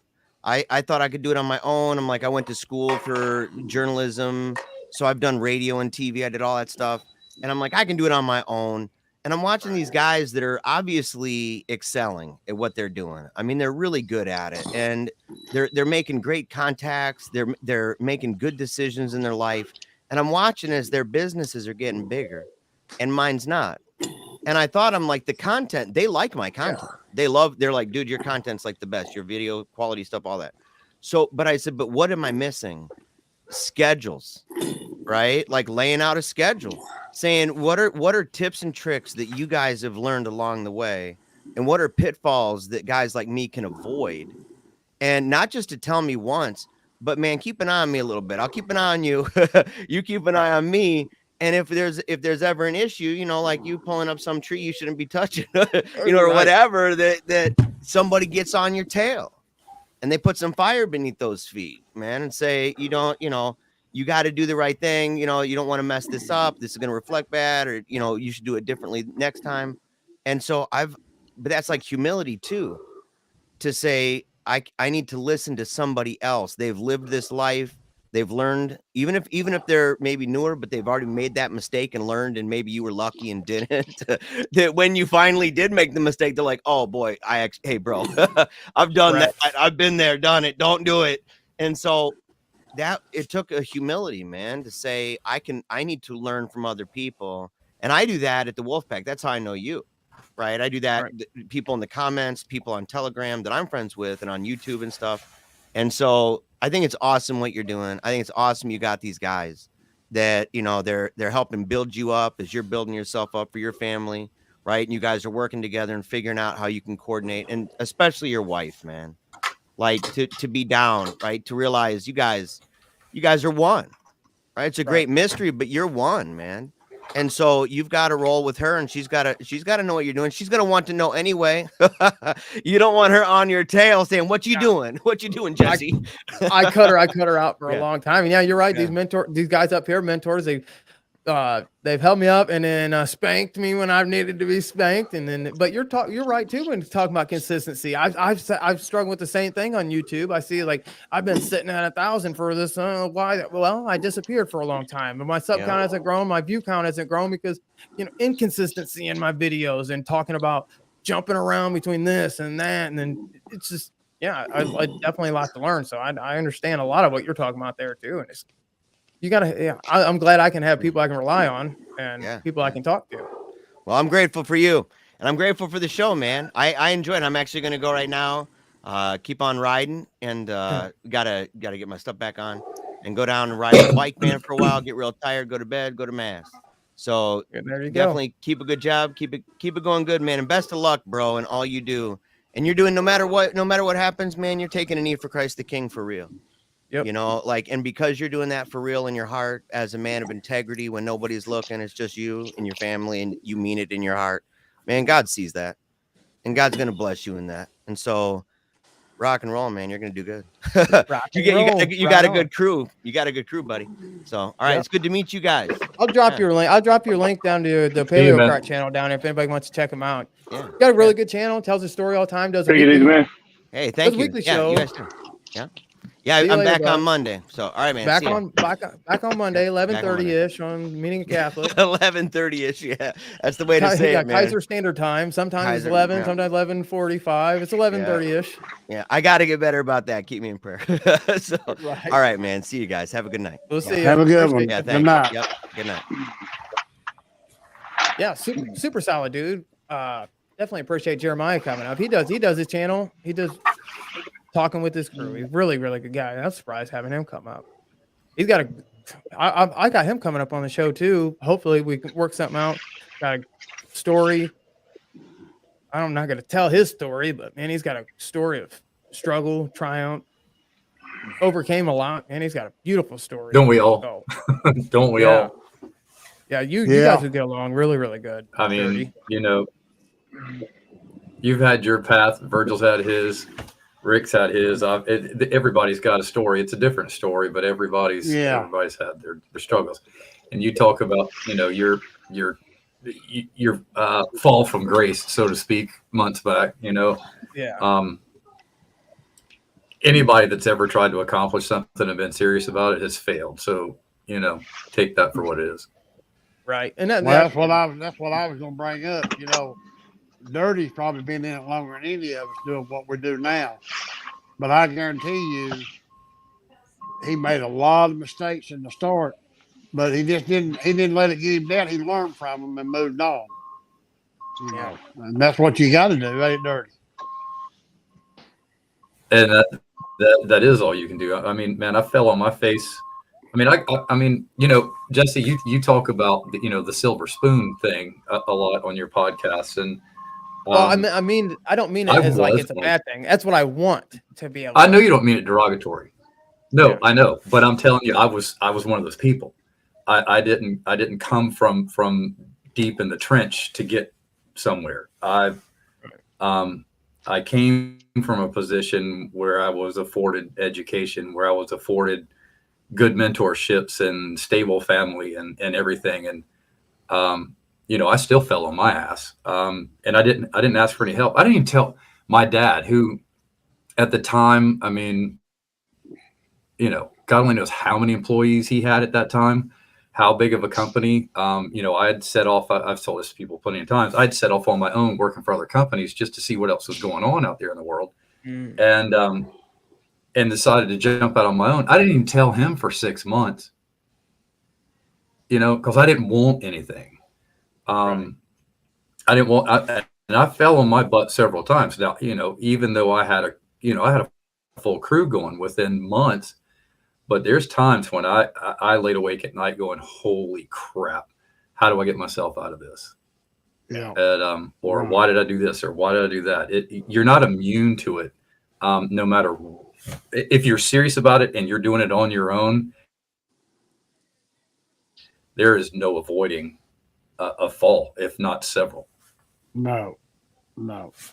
Yeah, that's what I was looking around, or not looking. I was laying in bed, kind of going through my journal on my phone. And I was like, gosh, why did I, you know, X, Y, and Z? And that's like, but that's the beauty of it. I've always heard that, like, if you take two people, your regular average Joe guy and Donald Trump, and you strip them naked and you put them in, Donald Trump, for example, not political, and you put them in the desert, you know, and say, these guys got no money, they got no clothes, they got no shoes, they got nothing.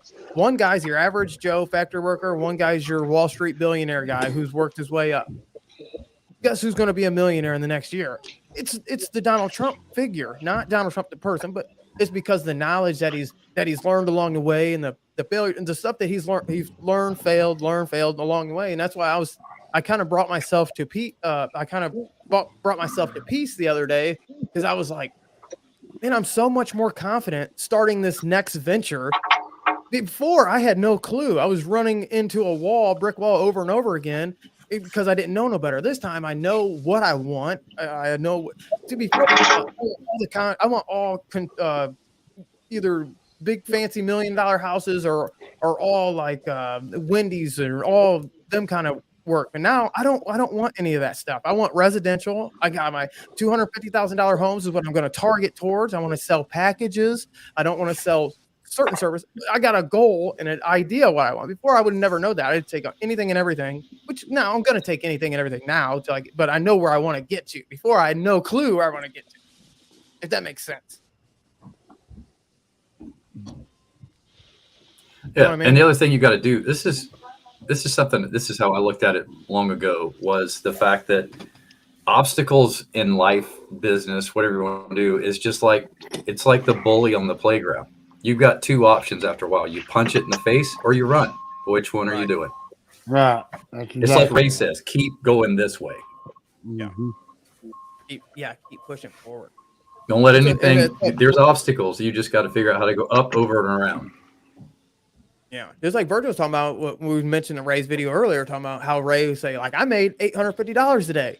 Well, that's something I could have never done. Like my book, I used, I didn't have my numbers figured out the first time around. And I was like, my business card was my personal card. There was no difference. So what was the point? It's like, so now I know to like separate. It just, when you sit down and you do your schedule, you got to know what now. You got to know what you're going to make before you leave. Right. It's a lot different now, which that's what I'm really excited about. I come back and I was like, I look and I say, I also want to carve out my own little corner in the YouTube world. I want to tell everybody's story, not just if you have 100,000 subscribers. Do I not want to? No, like everybody's got ordinary people have extraordinary, like what we talked about, or just a random guy. Jeremiah jumps up. Well, he's not really a random guy, a friend of mine, but he's got an amazing story I'd love to be able to tell. And it's out of the world, But like Jim, I've had all you guys on the podcast before, and we all have great stories. And I think that truly helps and inspires people. I know when I'm out there, was out there mowing and am out there working, I listen to podcasts all day long. I thoroughly enjoy it. So that's a corner I'm trying to reach in the. I've gotten to where my thing now that you've plugged in, my things to do are Monday through Friday is I usually listen to Ray's video from the day before while I'm out there working, and I listen to your podcast that's usually up around 7:30 in the morning. I'll listen to that at some point in time. And usually that between the two, it's lunchtime by the time I'm done. So, which is good. Yeah, and my idea is I have 3 shows a week: Monday, Wednesday, Friday. Around 7. I don't know what time I want yet because YouTube keeps telling me to post my videos at like 6 p.m. Well, I'm not gonna wait that late in the day. You know what I mean? But I also want to do I'm thinking about it every Saturday morning or something. I want to do like a live show more towards later spring, early summer, do like a live show around 11 a.m. when everybody's out there working. But then I don't know if people I have YouTube Premium to where I don't have ads and I can turn my phone off. I don't know. I'm just kind of figuring it out to where I want to have fun with it, still be able to, not just the vlogs, you know what I mean? Because I got super bored and burnt out with the vlogs. It's boring to me, They are boring. They're super boring. But like to tell somebody's story and to listen to what they have to say and listen to their trials and whatever, that to me, what they've learned and how they learned it, that to me, that's gold. That's precious. Like me and Virgil went 3 hours. I thought it was an hour and a half or so. It was a lot longer than that. A whole lot longer. 2 hours and 41 minutes, man. I was like, well, we went Was it really? Damn. It was a good show. We were talking about everything. See, I don't have that luxury. I don't have Wi-Fi. I mean, I don't have service everywhere I go. No, yeah, you don't. You're gonna have to download my shows before you. Not in those hills, you don't. You go down the hill and poof, it's gone. Yeah. Real quick.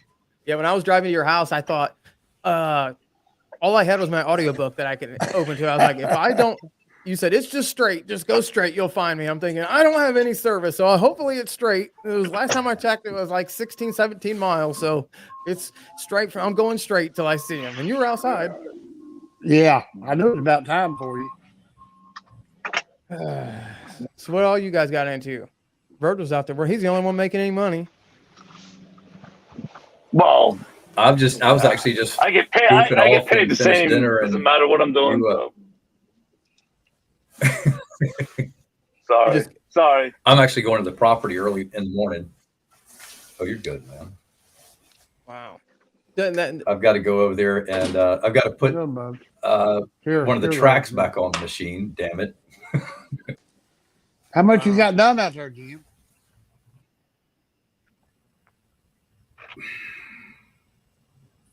Probably Go ahead. about 25, 30 acres, probably 30 acres, somewhere around in there. Wow. Wow. Okay. Shit. You got that much done already? Yeah, we've got and we've got to go back over all that again. We've got to groom it one more time, and we're actually looking for another skid steer to take out there now. I'm trying to talk my dad, which today's his birthday, into selling me his oldest New Holland. But he keeps hemming and hawing about it. I'm like, man, that thing has been parked in on the property back there on the back 9 for literally a year. What are you doing with it? Nothing. None of the guys have even come picked it up for anything on a job site. It just sits there, dude. I need another skid steer. Yeah. Does Grasshopper cruise? I can't remember. Yeah. I can't remember. I just go for it because I know it's been taken care of. Neil. Yeah, does he live near you now? Neil's about an hour and a half north of me. Oh, about an hour and a half I ain't up seen from me, him in a while. If he used to be all time, he used to be all time in the shows, and He comes and goes. I'm surprised he hadn't found this one if he's on. Yeah, I ain't seen him in a while. What do you? I need to find out what Jim's got going on up there. You know that Caleb had his baby in the hospital? Yeah, that's what. Is everything all right there? He just got home tonight. He'd been in the UK for a week. Oh, really? Jeez. Yeah. Yeah, you were telling me about that not too long ago. He had been growing, but he's up to almost 14 pounds now. And they've been down there a week. Wow.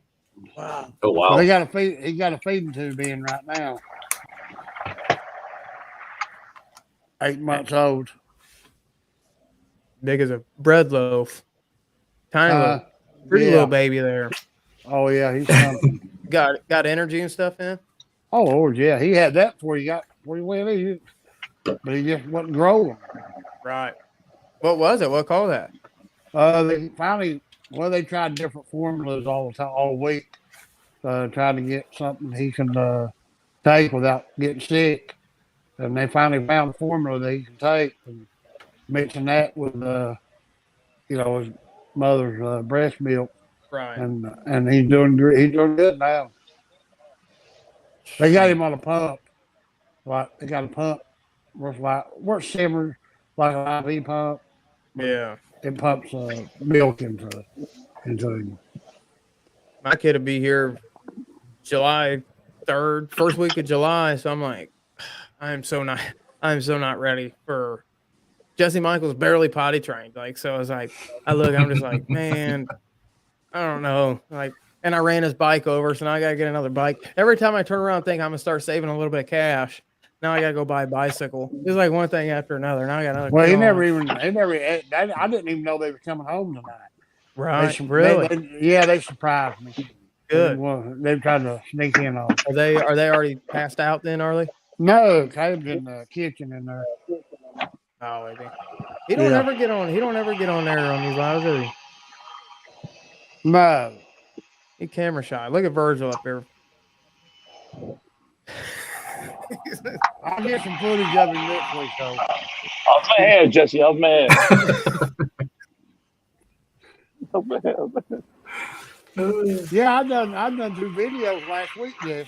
Did I haven't been getting notified. I'm gonna go make sure. Get notified to the channel. YouTube's doing something weird, man. There's been a few people that I watch regularly, and all of a sudden now that the videos are coming heavy in the spring, I'm not getting any notifications. Really? I'll see him post about it somewhere else, and I go, damn, and have to go find it. Is just you and that one guy doing it now, Jim, still yet? Clearing the property? Yep, just the two of us going at it. We've got there'll be some other people out there soon. Whatever we decide that we're not going to do, Right. we don't know what that is yet. Right. We're hopefully we were going to put the driveway in a couple weeks ago, but then we decided to keep clearing in some areas because that's 400 tons of rock that's got to come in. It's a lot. Yeah. Yeah. You're developing it on your own, ain't you? Yeah. Yep. Just nipping away at it. Now, we thought we'd be a lot further along than we are, but, we get there's a good bit of snow we get up there, but this year it was just non-stop. And so, especially it usually doesn't start coming around until right after Christmas. This year it started showing up right after Thanksgiving. And we thought that from Thanksgiving through New Year's, we'd have all that time because, I can pretty much stop anytime I want and go up there then. Costas works he works at Clemson University. And he didn't have to work at all. We thought we'd crush it. We might have gotten 4 days in because of snow or rain. It just drove us crazy. But you have other stuff going on, don't you, besides that? Oh yeah, man. I've got a bunch of landscape projects that have been going on down in Charleston. A lot of pressure washing here, so all good. Have you got crews doing it for you? Yeah, one. Okay. Well, that keeps money coming in while you're working on the other project. That's exactly right. Yeah. And the funny thing is, they go out and make the money for you to spend it. yeah, and for the past probably almost 3 years, I've threatened to stop doing that, and it seems like every spring, all it takes is this one client that wants this, very nice job done that I think needs my name on it too, and then I'm stuck right back in the grind again. Right. I like it though. I can't complain. I mean, it frustrates me when I'm doing some of these designs because I try to keep every one completely different from the one before, and that can be nerve wracking and brain racking at the same time. So it gets to me sometimes, but I don't know that I could ever stop doing it. So who knows? It's like a habit. You can't quit. It is, and it's the whole reason that I got into the industry is the whole artistic,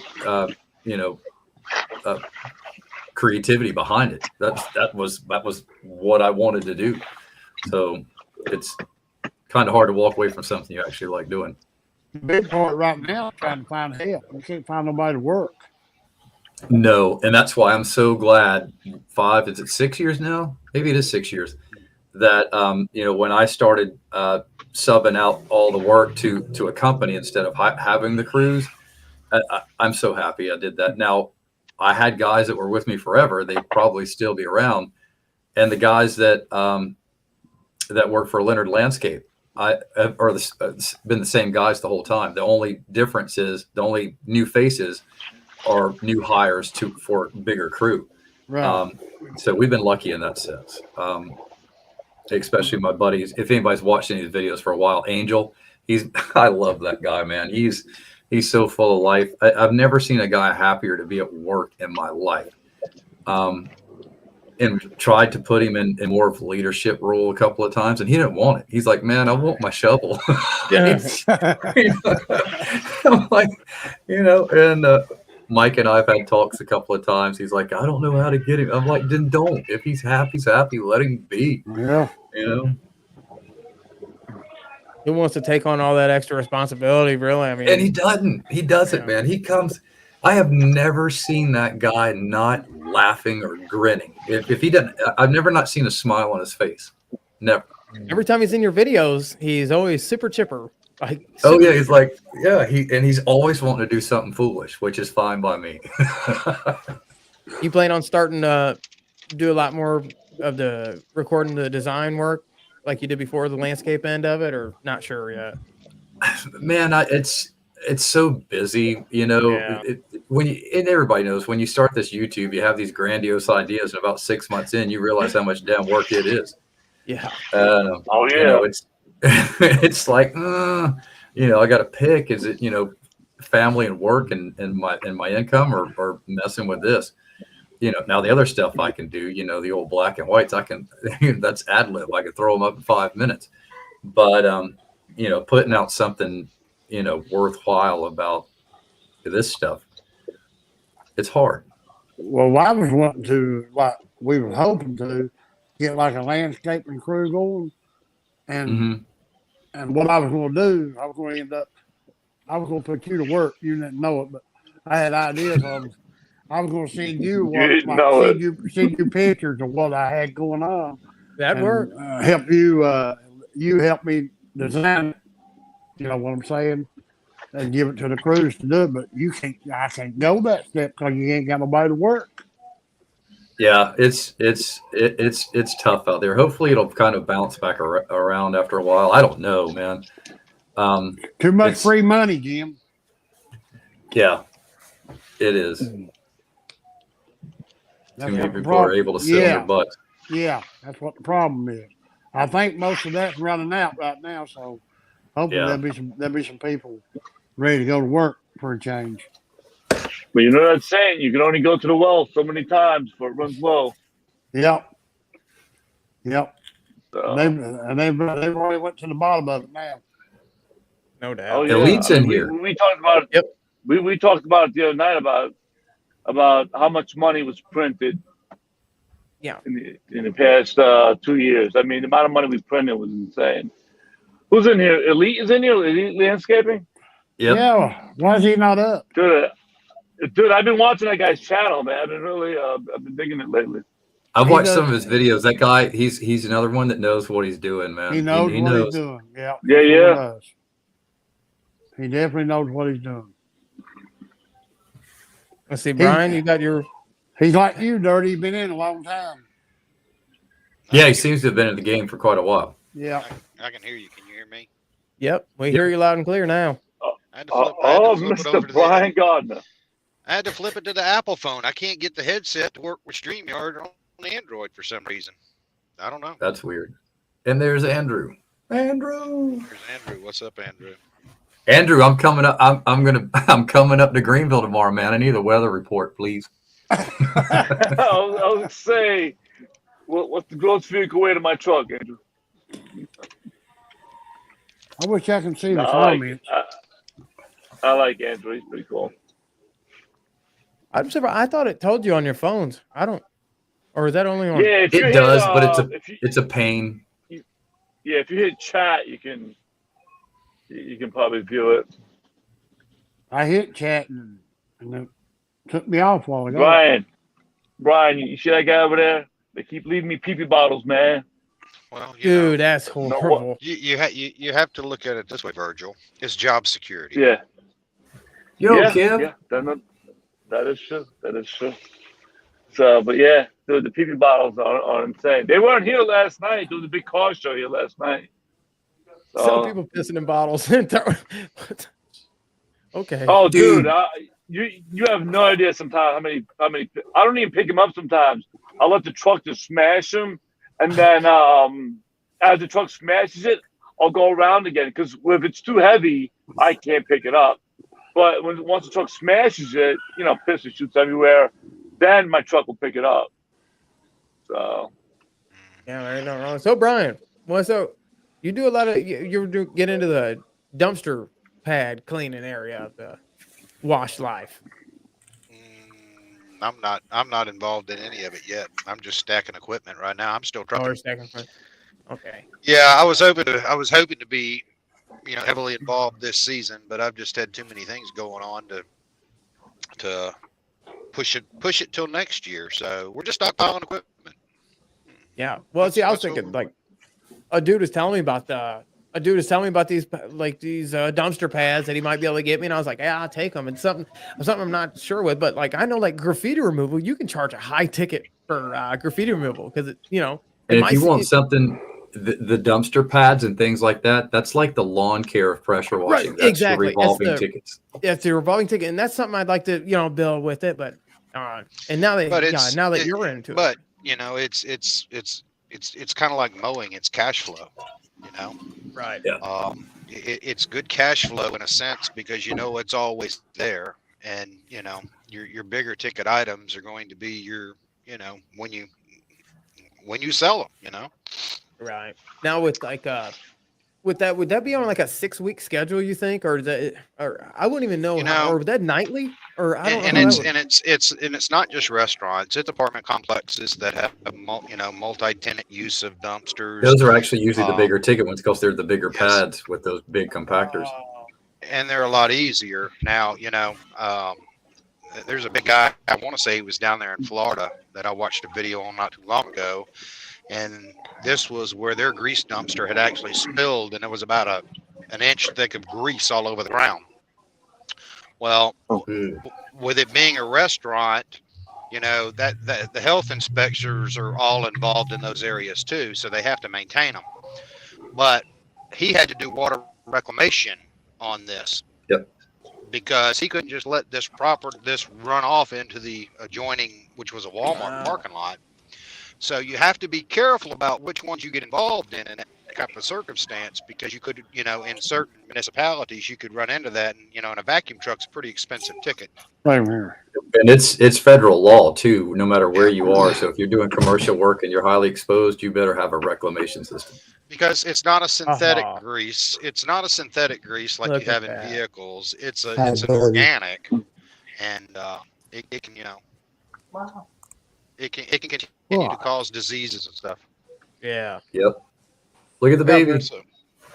Yeah, whose baby is that? Look at that. Oh, Caleb. Yep. Little bitty He guy. looked just like him. He does. Look just like. Yeah. See, Kevin said they made him do that shit at Sonic. And it's not that hard. You can get the dams at like Home Depot and just get a sump pump. And as long as you're putting it back in grass, it doesn't matter. So if you're doing big jobs, you're going to need a vacuum system. But it has to do with running off on somebody else's property, from what I gather. Yeah. When you're maintaining it on, when you're maintaining it on their property, it's one thing. But if the runoff is going to go somewhere else, then you're going to deal with it. Yeah, if it leaves your property in any shape, form, or fashion. You just be strategic about it, You just be about the strategic about who you sell that to.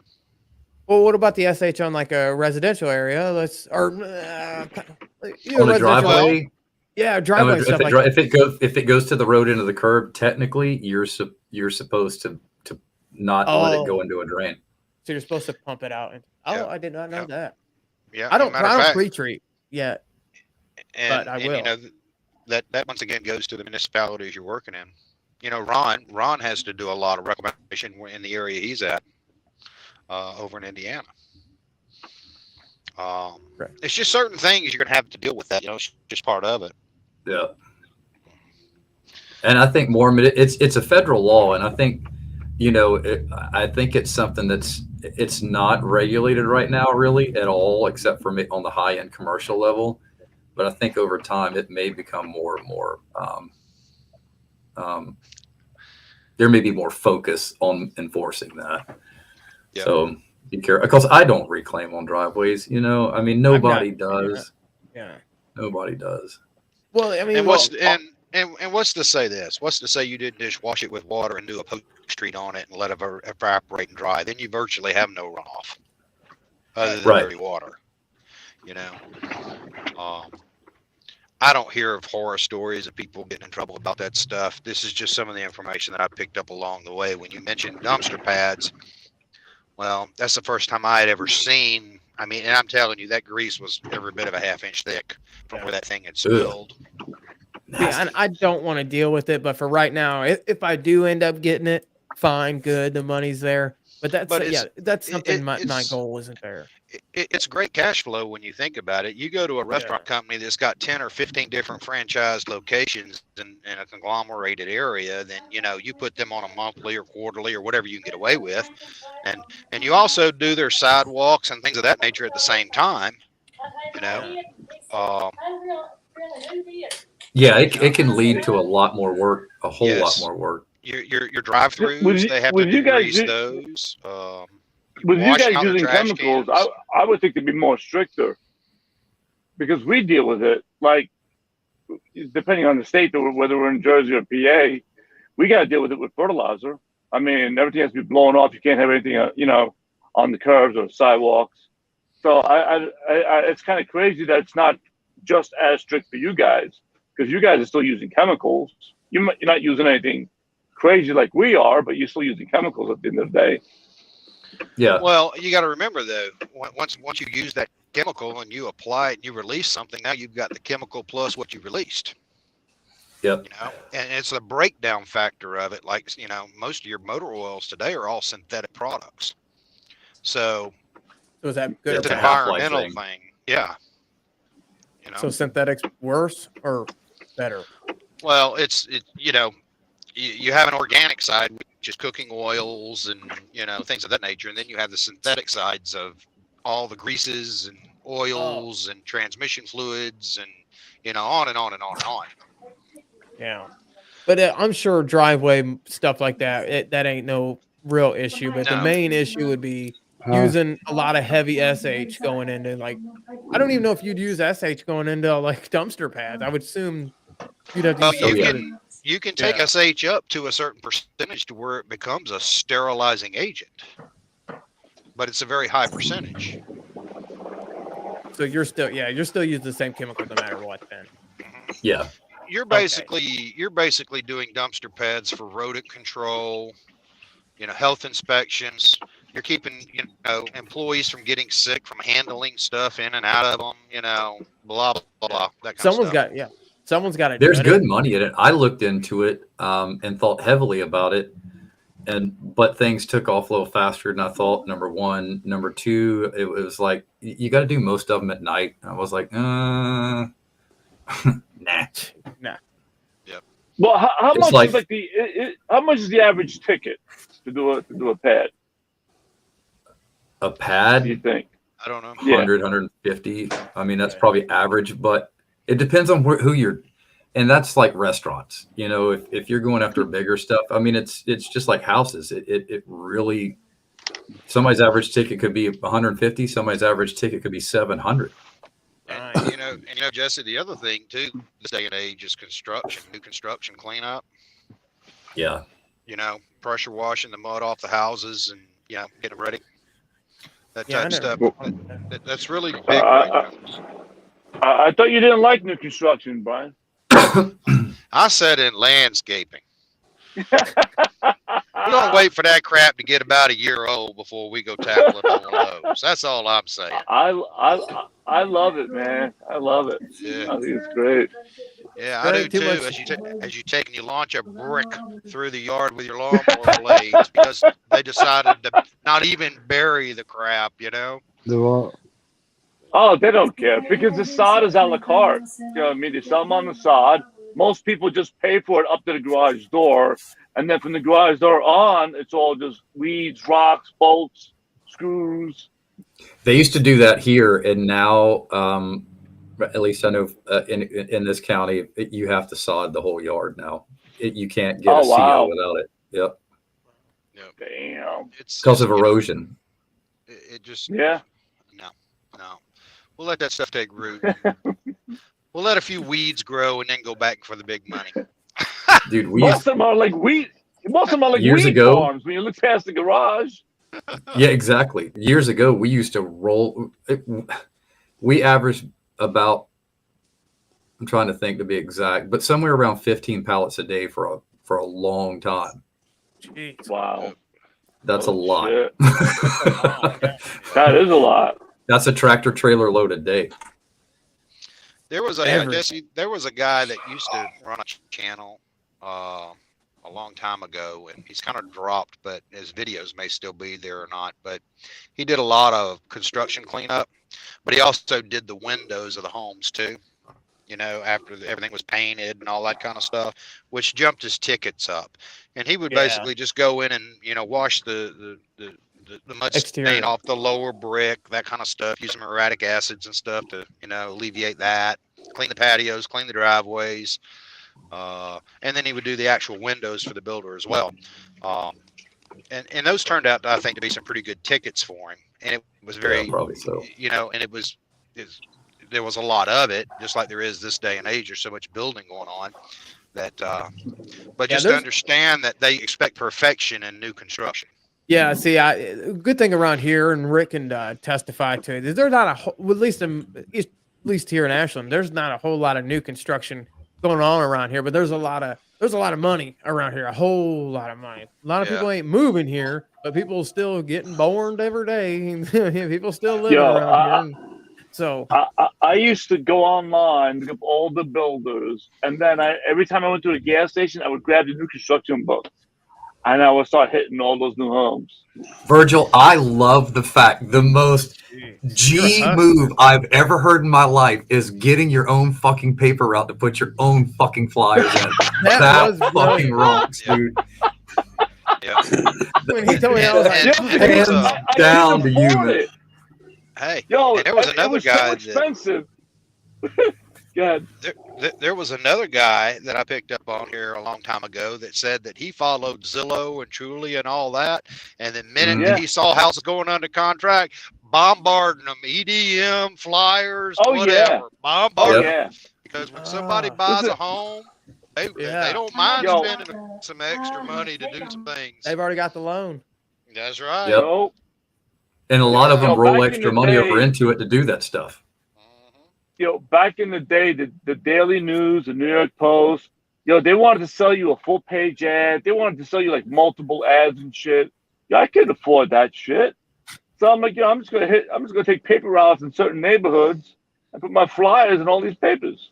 Dude, I heard you say that, and I the first thing I did was it got mad because I thought, how did I not think of that? The problem is, Jim, we're late to the game on it because nobody gets a paper anymore. It's all online. Right. Oh yeah. This is going back when everybody was getting the Daily News, New York Post. You know what I mean? So that's when everybody read the paper. That's way before.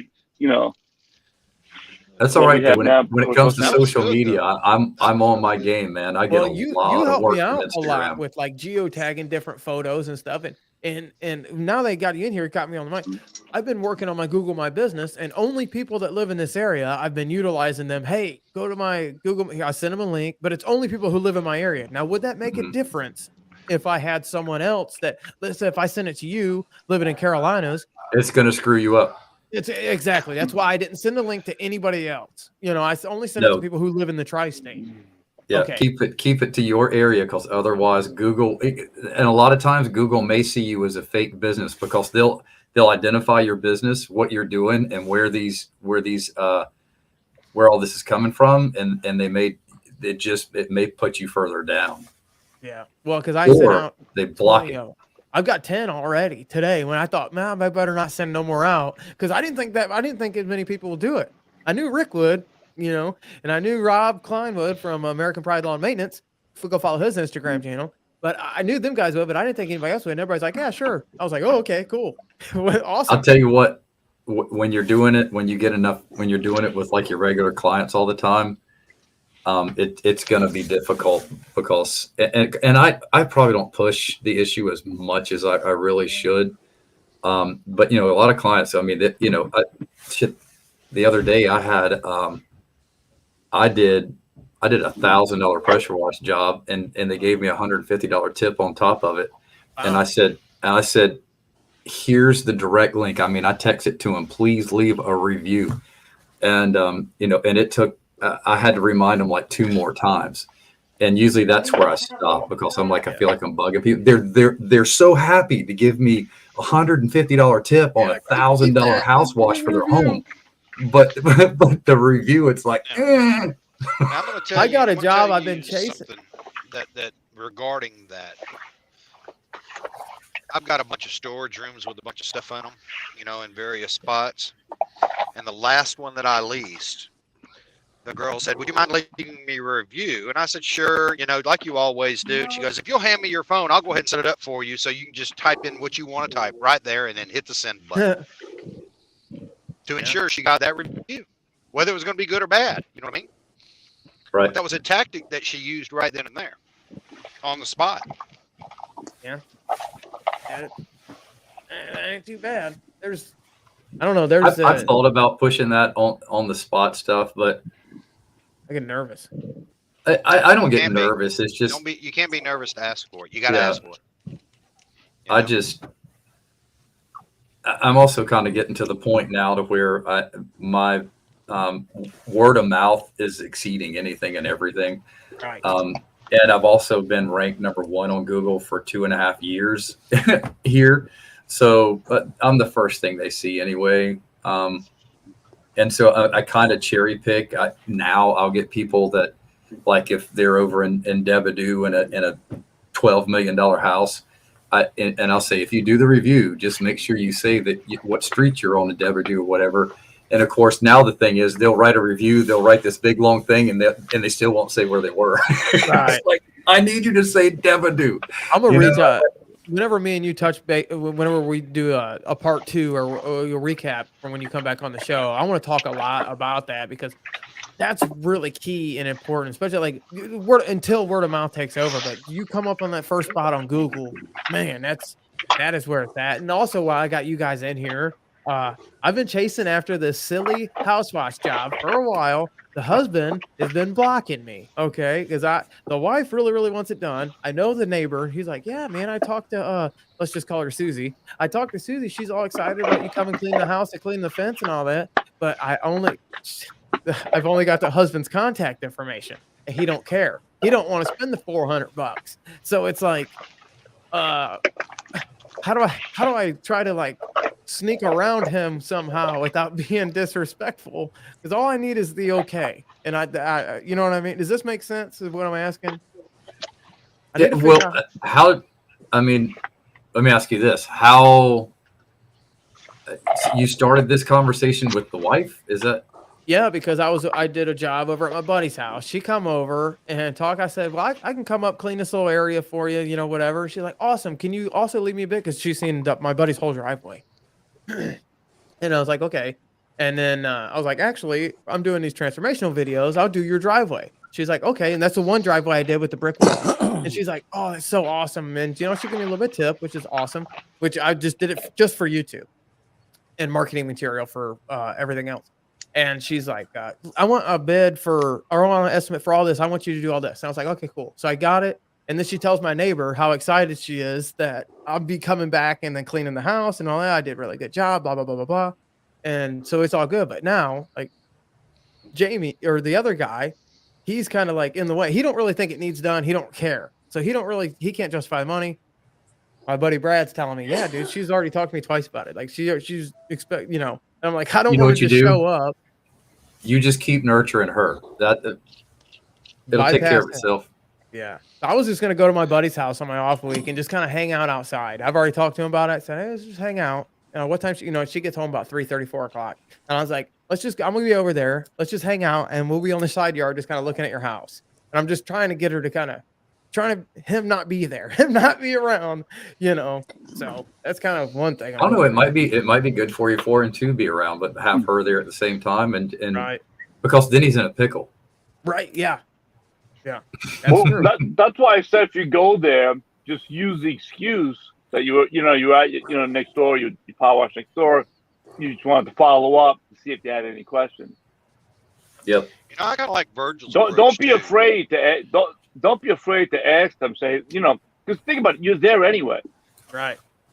And I kind of like Virgil's approach to stuff too. Have you ever just walked down the street of a neighborhood, looked at a dirty driveway, looked at a dirty house, just wrote a price on a door hanger and said, "There's your price"?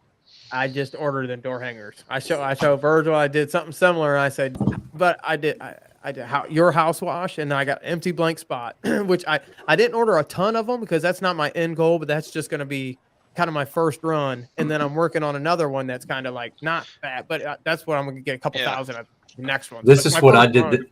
This is what I did for this year. I've got my new business cards, and on the back, it has estimate lines for the house, driveway, roof, gutters, to where if I see somebody across the street, I can walk across, hand them my card, and say the price for everything is itemized on the back. Hand it to them. You know how well that works? Yep. Oh yeah, I bet Very that's well. great. Yeah, because I've been looking at new business cards. I just made some, and I just don't like them. You know, you ever build something and think that looks really good on screen, and then once you get them, you're like, that's not the color Yeah. that I want. I It's go not through any-" that all the time, actually. Yeah, I hate the ones. I hate them. But Kayla said, no, you're going to pass them out. You're going to do something. No, they're not going to sit there. And here's Mr. Rob right here. He's a good guy. Lives right across the river from me. Go check out his Instagram channel. And another thing that works great, my number one thing that it's been my go-to since 1996 is magnetic business cards, because I will put them on the side of a mailbox. I might not hear from those people for 2 years, but because people love to put those magnets on their refrigerators. They don't care whose name's on it. And the next time they want their house pressure washed, my magnet, I can guarantee you, is on their refrigerator. Yeah.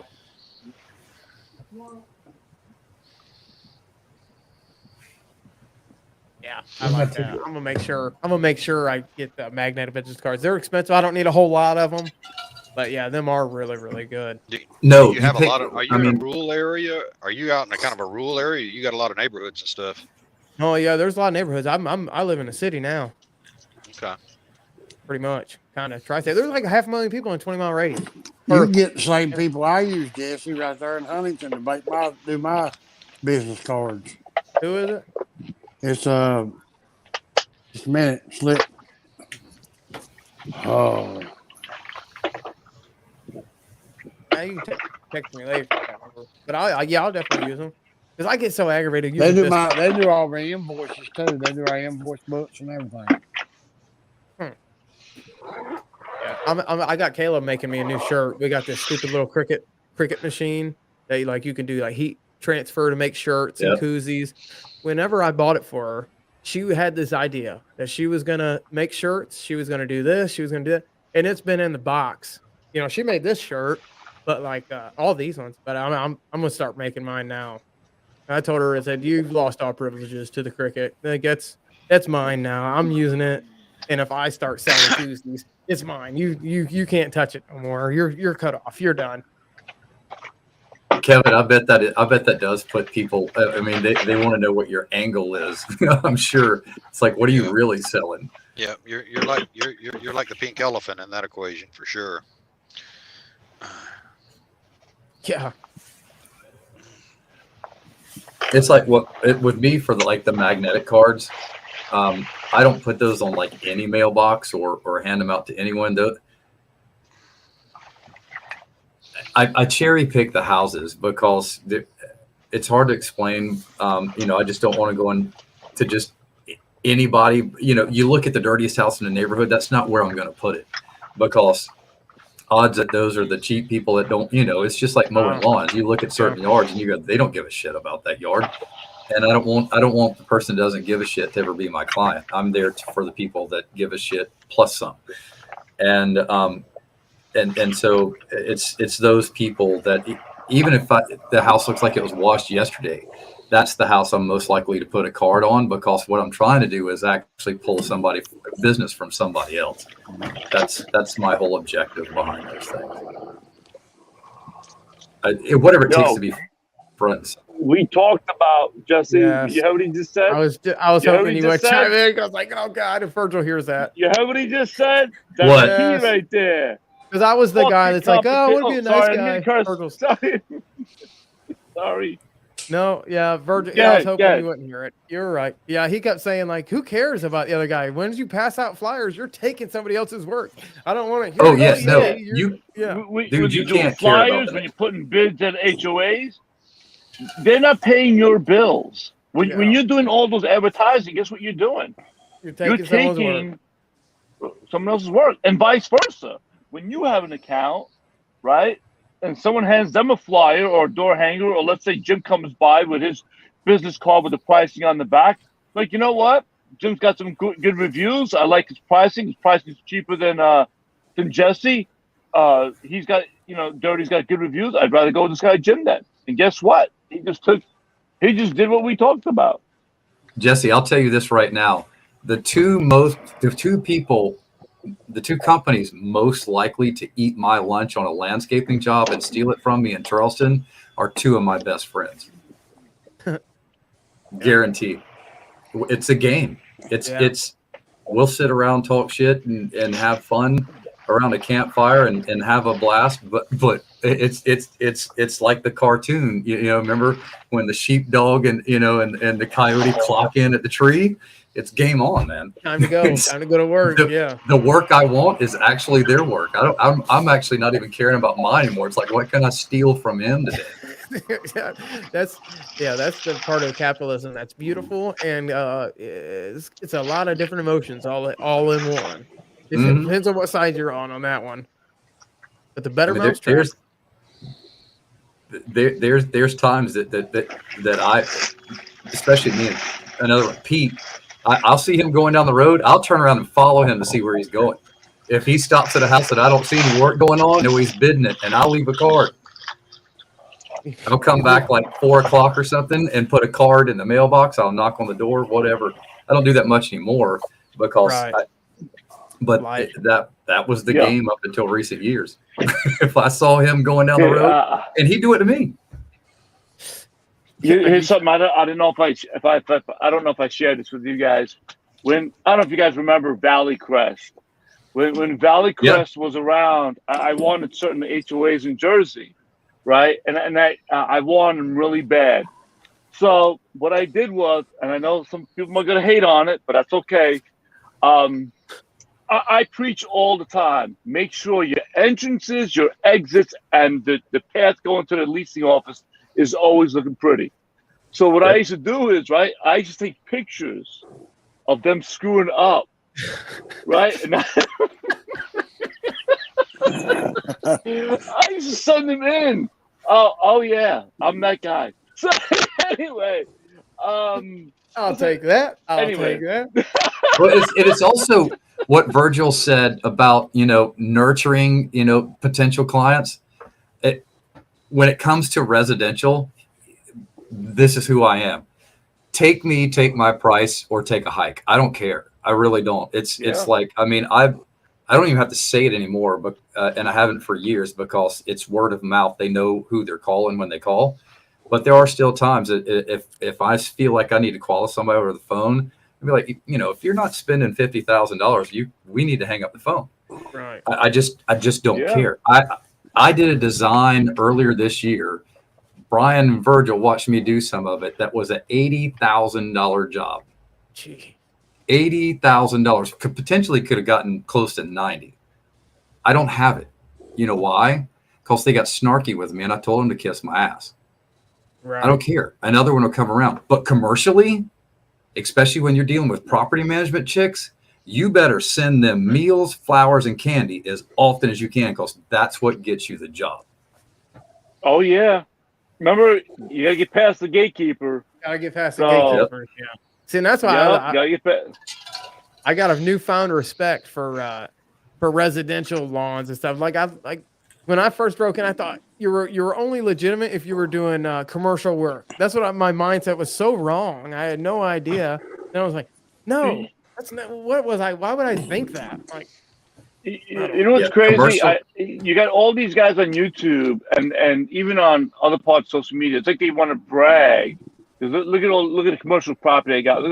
Listen, commercial property is good and bad. You know what I mean? So sometimes maybe in your market, you're better off just banking, keep hitting, residentials. Right. So it's not why sometimes people find your niche. They take. Oh yeah. Everyone should be finding their niche because what works for somebody might not work for somebody else. And it's just like this. Yesterday, what was yesterday? Friday? Yeah. Yesterday, no, day before yesterday. I had a neighbor when I was doing a house wash come up to me and say, I need an estimate on my driveway. Okay. I was done. I walked over and I said $350. And that's about $100 less than what I'd normally done it for. But I was done early with that job. I could have done it right then and there. It was saving me plenty of time by just being there. So I said, it's a neighbor of somebody that just, gave me a bunch of money. I'm good. Yeah. And so, he's like, oh, geez, that's like $150 past over the price of the last bid that I got.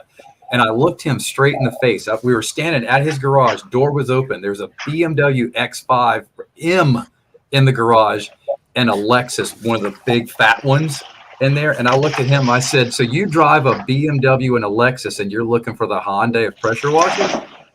Wow. Hit his And he ego. looked at me. That's He smart. looked right at me. I mean, dude, he burned a hole through my face. I said, "You have a good day," and I walked off. Wow. That's really smart. I mean, he knows exactly where you stand because you hit right where his ego's at too. Yep. Because again, Remember the saying, care. know your worth. Yep.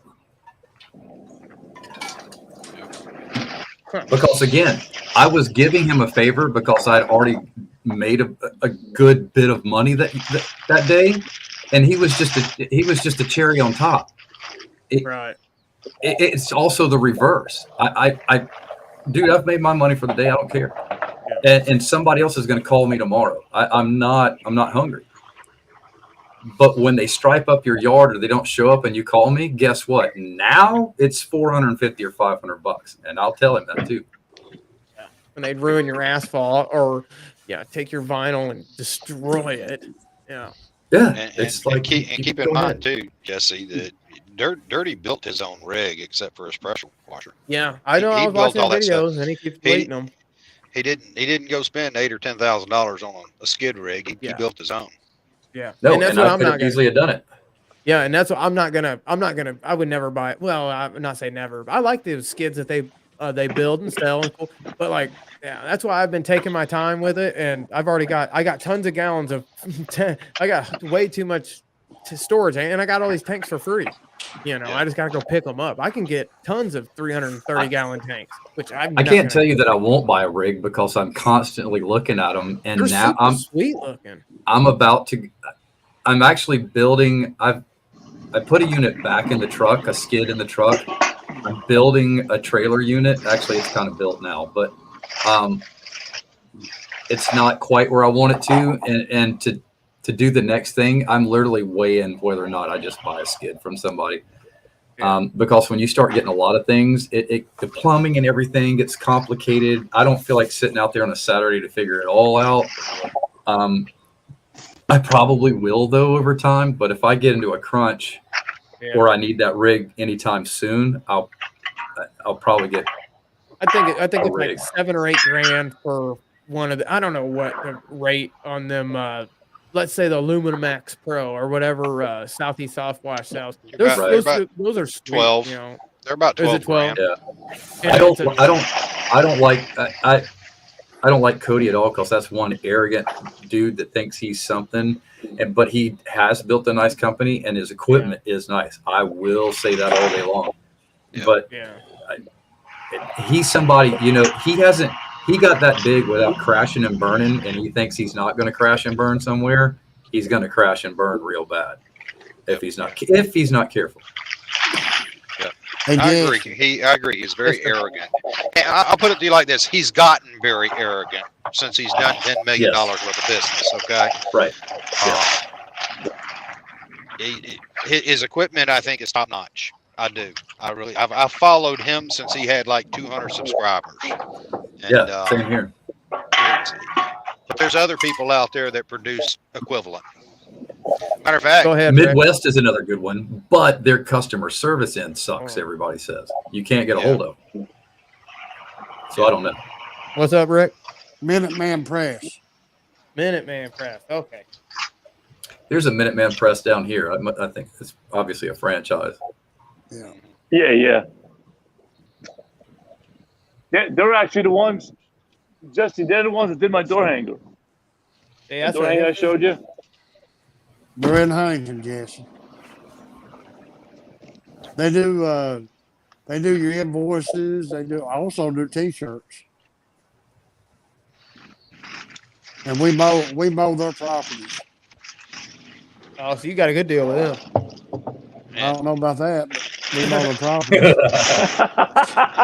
And Jesse, I don't have to tell you that if you want, life expectancy out of those shirts, you need 100% polyester. Oh yeah, that's another thing I was going to ask, because my hat's already run. Yep. So I got to find a hat, probably one of them wicker hats that I seen all them pressure wash guys go. But the polyester shirts, I can't seem to I'm just gonna have to either order them online because I can't really.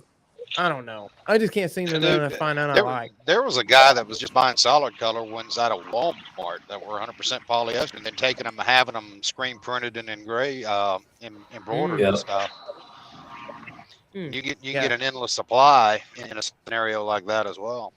Yeah, I thought just jumping on Amazon, but I wonder if the heat transfer. If I just The well screen print's the screen best. print how you do it. You know.